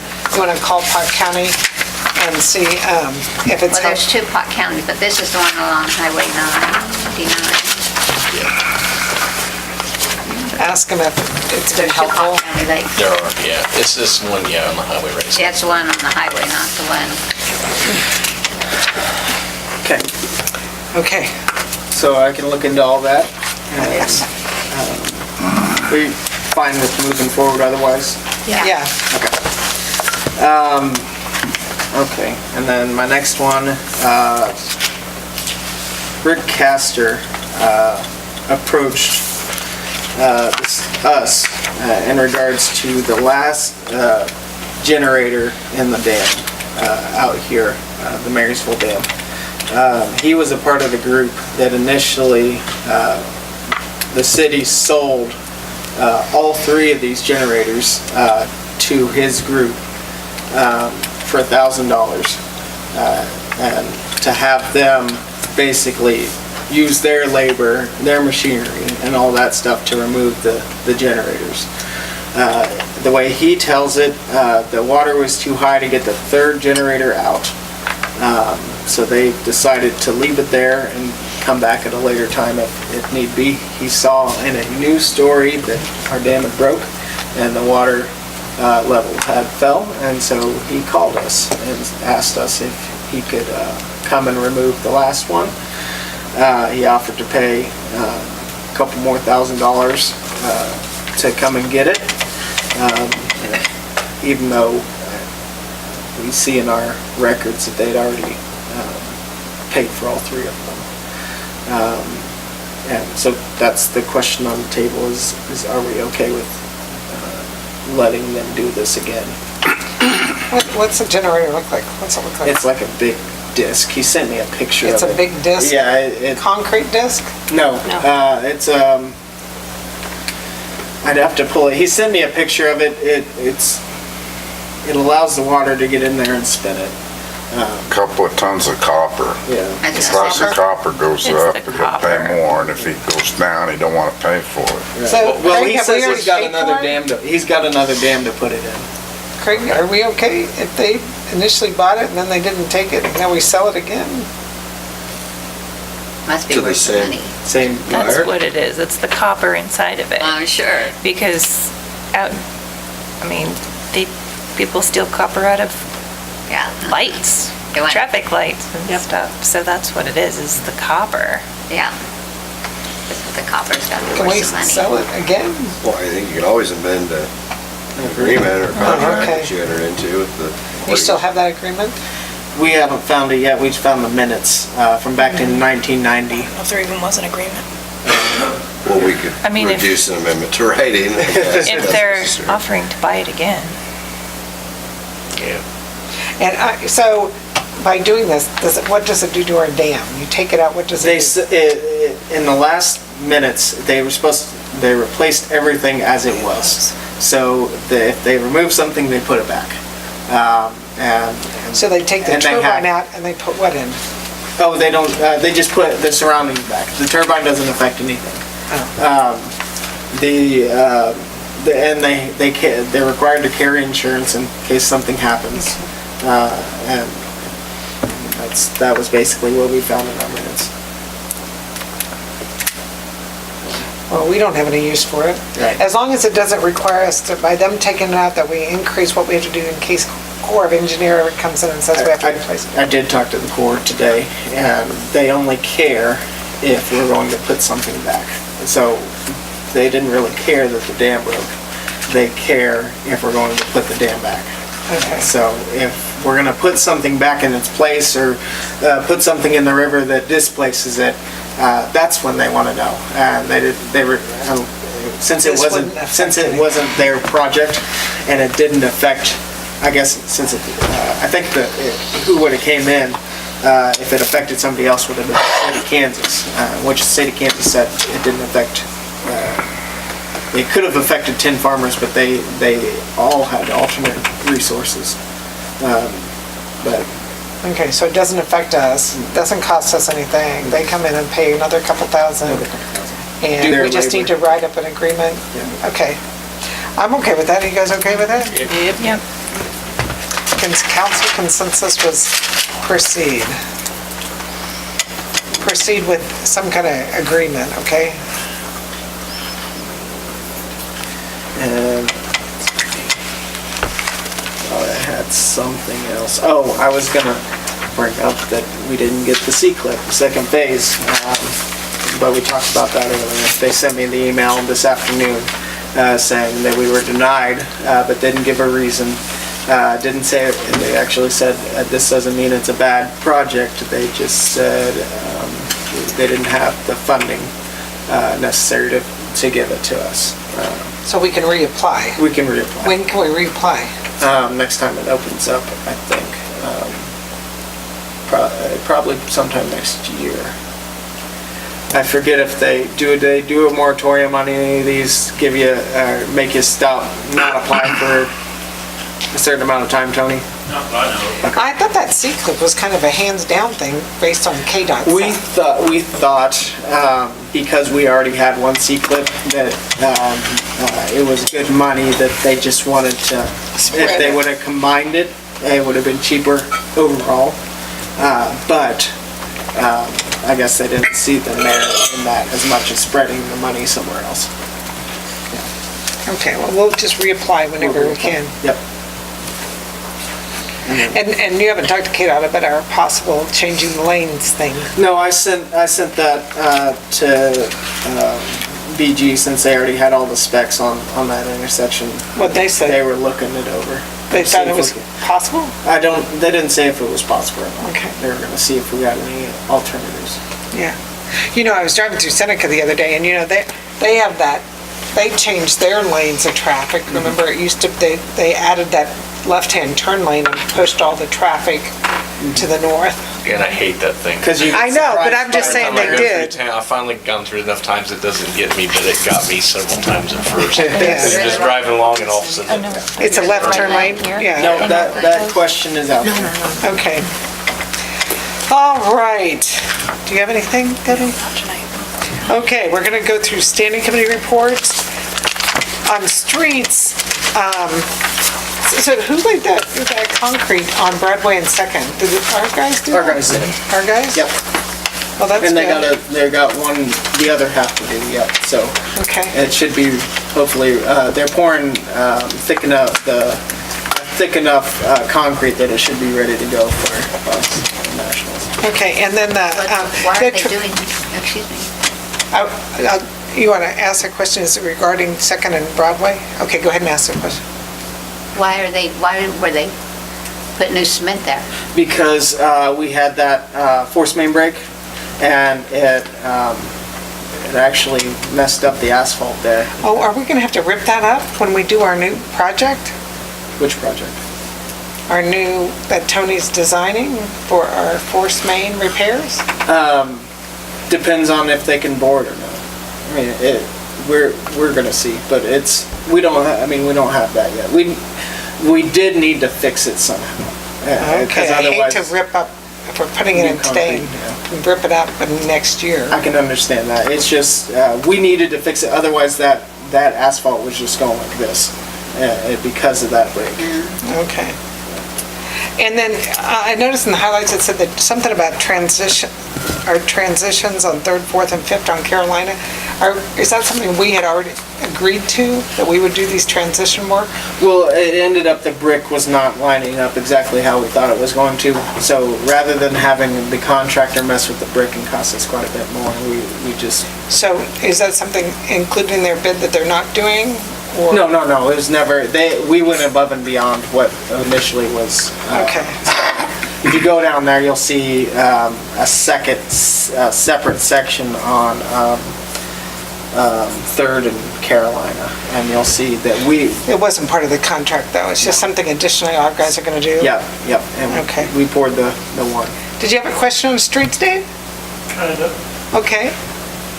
I don't know where this goes. This is just brought in. It's a street sign. Is it a bus loading zone? They brought this in, Pony Express Museum. The board got permission from the state and to put up 2x3 signs for the Express Museum. He said it'd just be just like this with an arrow. 2 foot by 3 foot? Yep, to be on aluminum. They're gonna powder coat them and seal them just like your traffic signs. They wanna put one over at 10th and Elm. Used to always be one over there by the church, across the street. They wanna put one right over here at 10th and, 10th and Elm by where that, across the street from Los Cabanos? Yeah, there used to always be On that one. person's front yard? There used to be one hanging on that pole across the street there. But 2 foot by 3 foot's pretty big. And you're gonna put it in that person's yard? I'm not. No, are we? Wait, in Marvin Slatter's yard? No, it's on the south side. South side. Oh, where Dora Jones used to live? Yeah. But 2 foot by, is the old sign that big? 2 foot by 3 foot? That's what he said they would be. That's what the state. Let's see, it's probably this wide by this big. Okay. Yeah, okay. It looks smaller when it gets up there. Yeah. Okay. Wanna There's- come over- and where's over the other here one? On this corner, 8th and Center, on a telephone pole. And then down by the apartment building, What apartment building? Elm Street, Carriage house? Carriage House, whatever they call it, down by the Elburn Center. They're gonna put a big sign like that there? In that residential area? It's not a residential area, that's. Okay, we just rezoned it for C2. but What corner is it gonna go? I'm not exactly 100% sure there, on which corner. Are you talking about 8th Street on West Star's poles. 8th and the high one? Yeah, right over here by the stoplight. But you're not gonna put it on Dr. Gray's new property, are you? I don't think there's a pole over there. It's gonna be about the size of that picture. Look it up. By Come on, look Chevy. it up. Where would it be Find the in, pole. Poles are hard to find, okay? where would it be in relation to the trails sign? Be on the south side. South Pull side. over on the south Okay, side. on the south side. And so they went and talked to the state gave them permission to do that. West Star gave them permission to put them on their poles, and West Star said they would hang them. There you go. Okay. So I guess if you just want to bless them doing it, or not. Okay. I guess if KDOT says yes, I guess I hate to have them come in and say they hate these on the property, but okay. I think it was- KDOT years ago put some up anyways. They have directional signs out there on KDOT poles. They just don't think they're that visible, so they went to them and see if they could get these made. I thought we were talking about improving all our signage through town, making it consistent. What happened to that I concept? thought Main Street was supposed to, design committee was supposed to approve this stuff. Not Tony?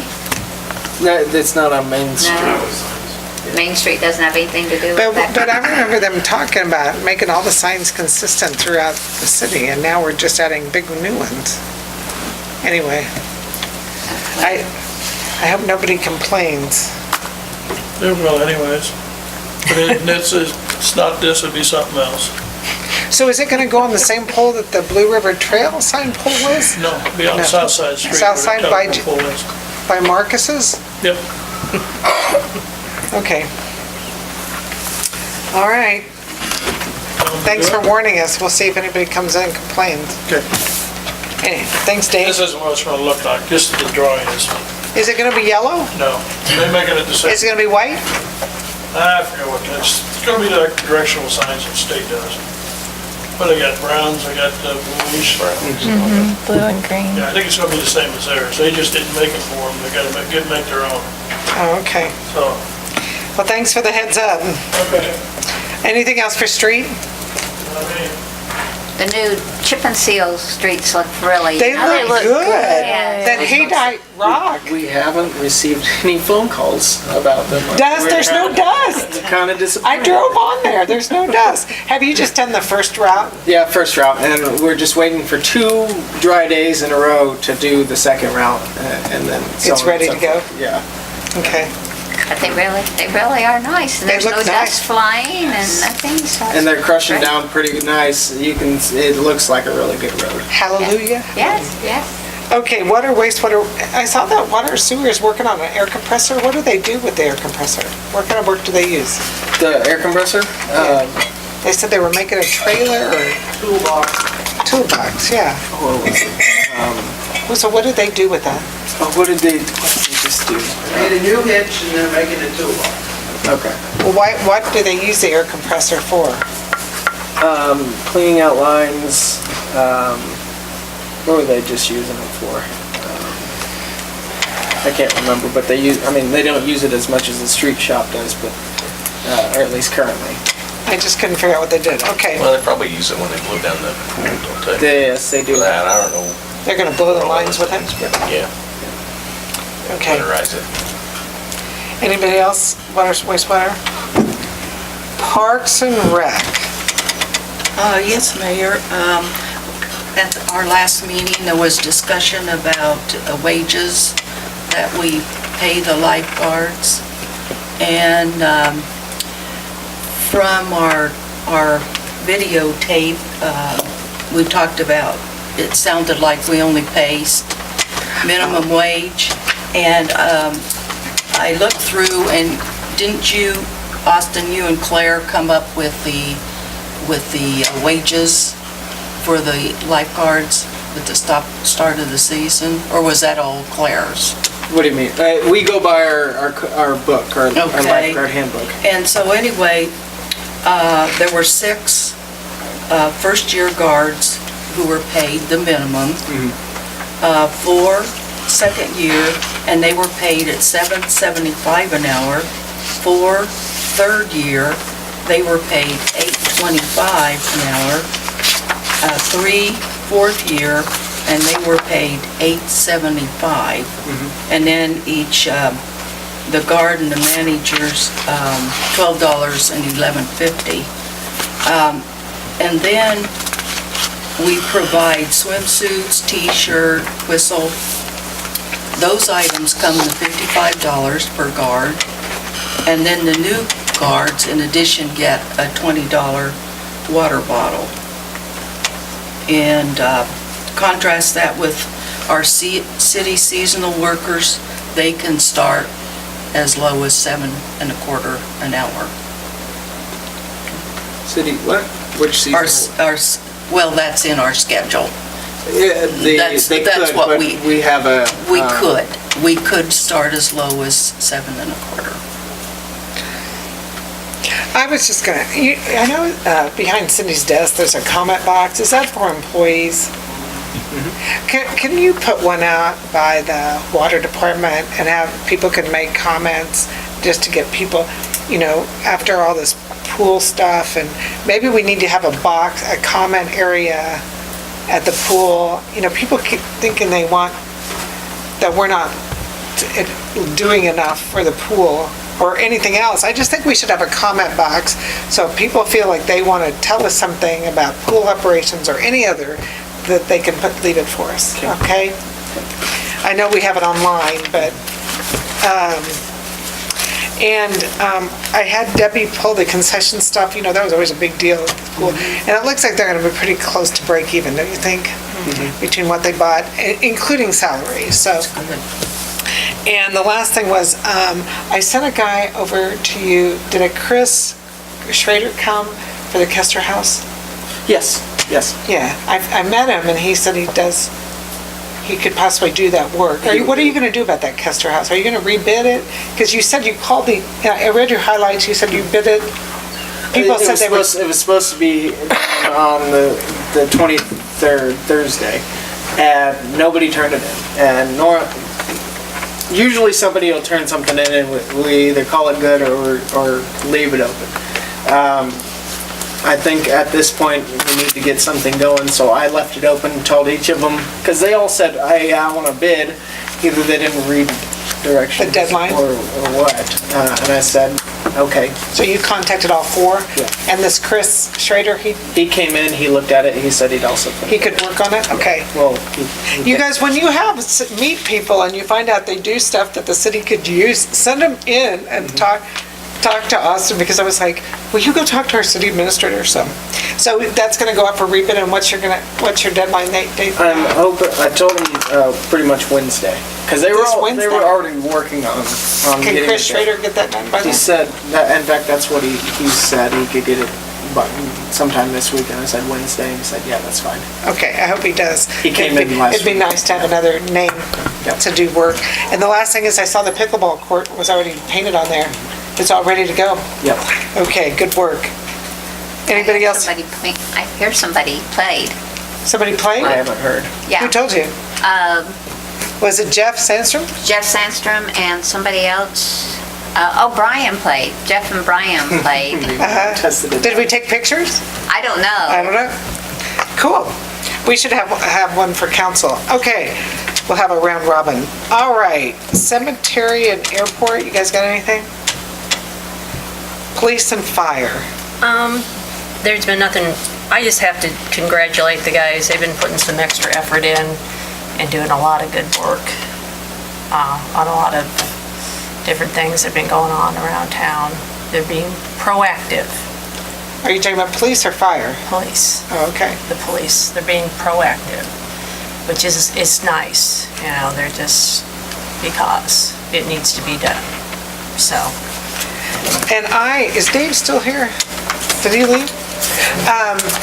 Anyway, you know, ever since I've been on council, they always said that our city doesn't qualify for CBDG grants, and I've been kind of holding to that, never test the water.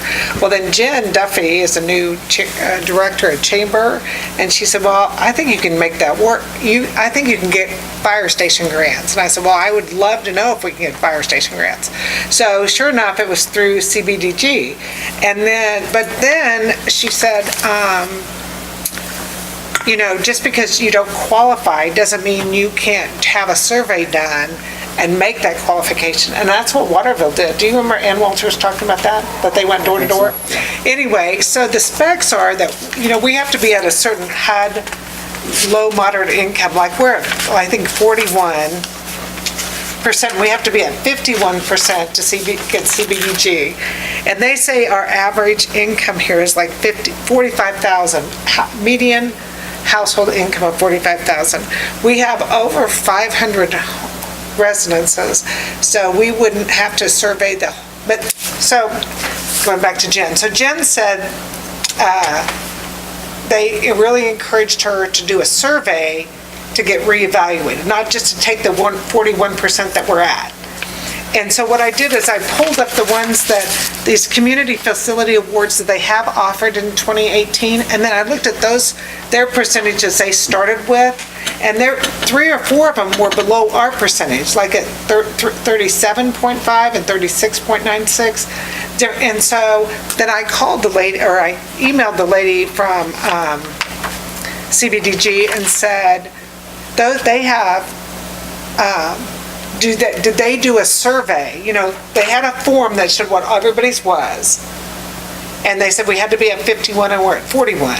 And then these people were lower than us for low income. And I said, did those people go and do the survey to get bumped up? And she goes, that is a good assumption. So what that tells me is that it's highly likely that, or there's hope that we could do a survey and readjust our HUD number and get into some of this funding. Because, you know, if it's a possibility, I think we need to jump on it. Yeah, for sure. And since we have more than 500 households, we would have to do a survey, a random selection, and they would do that. They do a random selection, and then we could mail them, and then if that doesn't work, then you can call them on the phone or whatever. But for fire station funding, I think we should give it a shot. How do you feel? I've been through the survey process. You have? Yes. On total or random? They said we needed a certain percentage of our households to reply. They didn't select your sample? No. They just had a percent? We needed so many. How many was it? I can't remember. We just spent a ton of time doing it. Was it Chapman? Yes.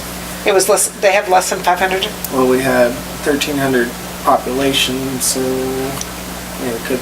Probably less than 500 households. I don't know. Somewhere in there. But we did the survey.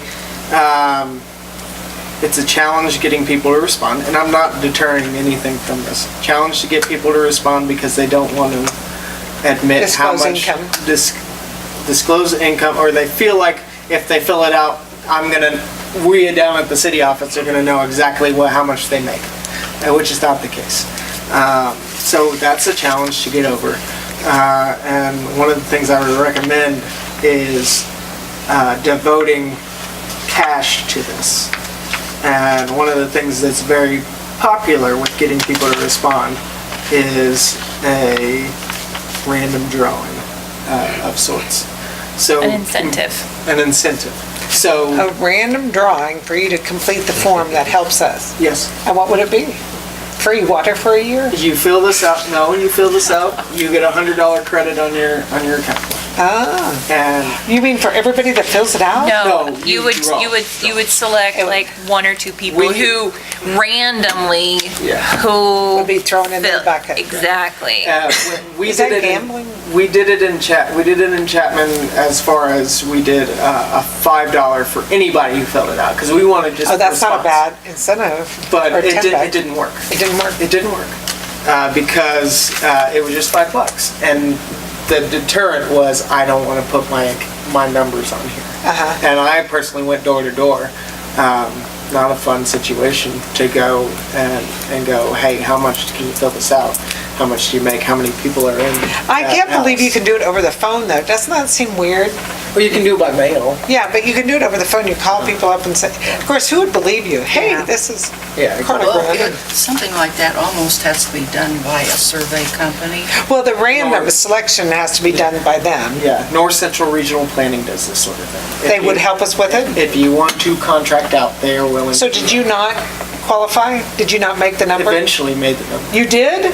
And you got CBDG grants? Yeah, but we weren't. How that- much did it cost? We weren't that far off. We spent about $5,000. $5,000 for a CBDG qualifying grant? I think it's well worth it.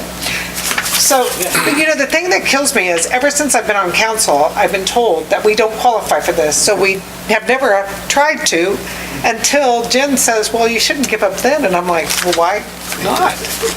And so, North Central Planning does the They can- helps us, they can- does the you pay them. administration of the grant. Yes. That's what it is. I highly recommend a grant administrator, which would Yes, be I would North Central. recommend them, yes. And, but it was encouraging to me to see these percentages that, I mean, I would say at least a third of them had a lower number than we did, and with the survey, they got the funding. I think that's real encouraging.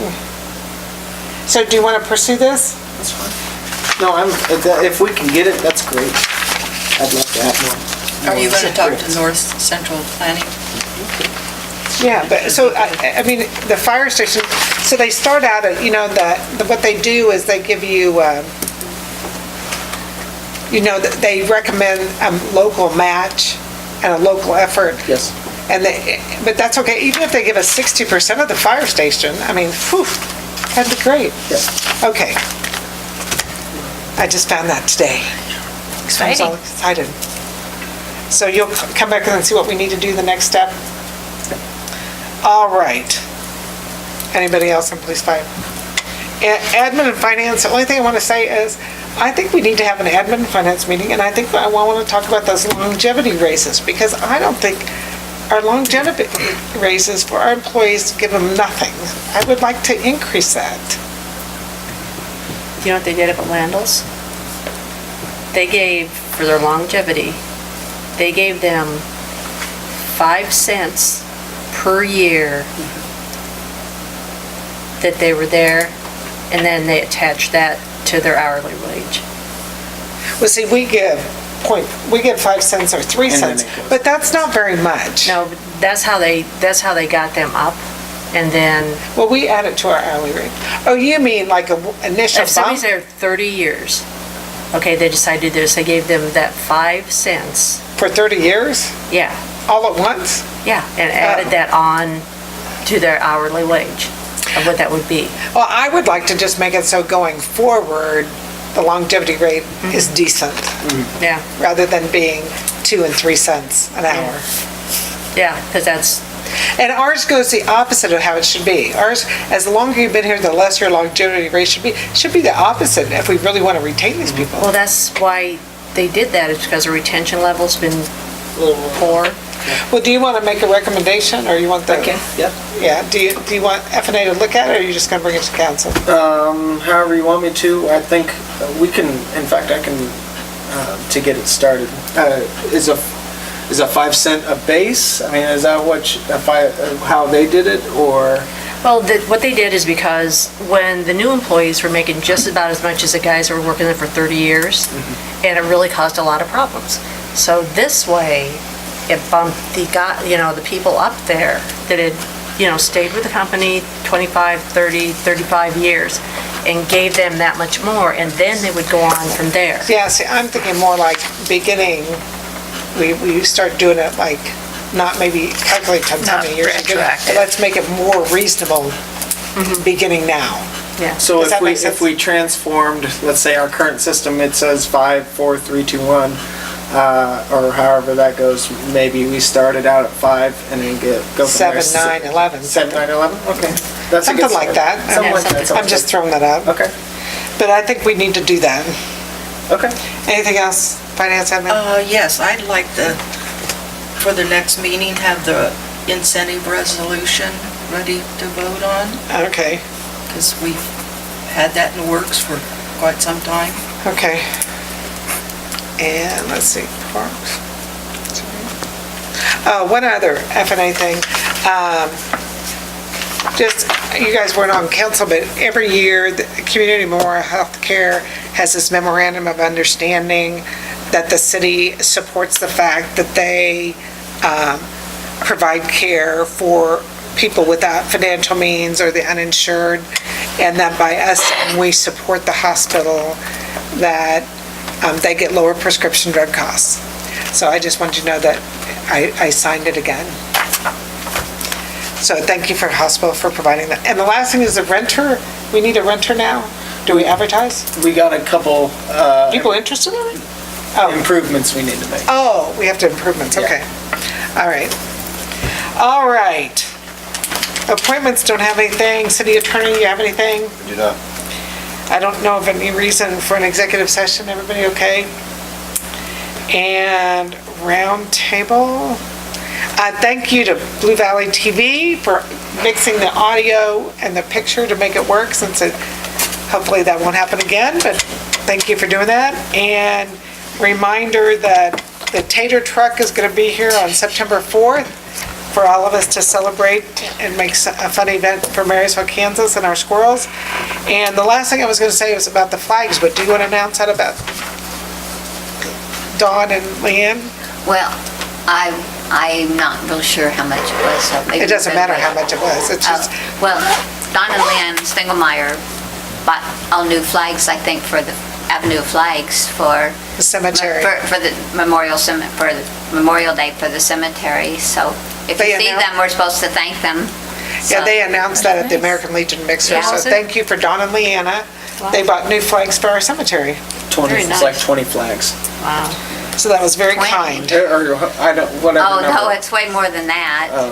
How many flags? I don't know, but I think it was like about $3,000 worth. 20 flags, how many Well, it's whatever they need for the I heard Avenue they of were really Flags. nice ones, and we really needed They them, put so up way thank you more for than that. They put And the up way last thing more I than have is congratulations to Kevin Evanston, who got married, one of our staff. So, that being said, Darlene. Thank you to Stephanie Boren for the year-end pool report. Yeah, that was nice, wasn't it? She also said she was gonna, on their closing interviews or whatever that is, they were gonna ask them if they were gonna come back. Do you know how many people are coming back? I don't know the number. You haven't looked yet? Did she give you all that documentation to you, who's coming back and stuff? No, not yet. Okay. No. Okay. Just make sure we have a starting list. Anything else, Darlene? Bobby? Well, I just kind of want to remind everybody, these guys that work in the city don't just deal with us. They deal with everybody coming in and complaining, and, it seems like the nation's doing the whole bullying thing, and I want us to be the shining star of treating our people with that understanding. Nobody's perfect.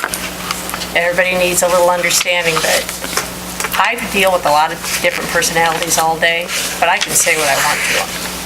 These guys have to deal with things that they just have to kind of stand mum about. And I just want to say I appreciate every one of our staff. Just before we say anything, take a deep breath. Dilly dilly. Dilly dilly. We need more positive in the world. Anything else? No, that's it. Gina? Terry?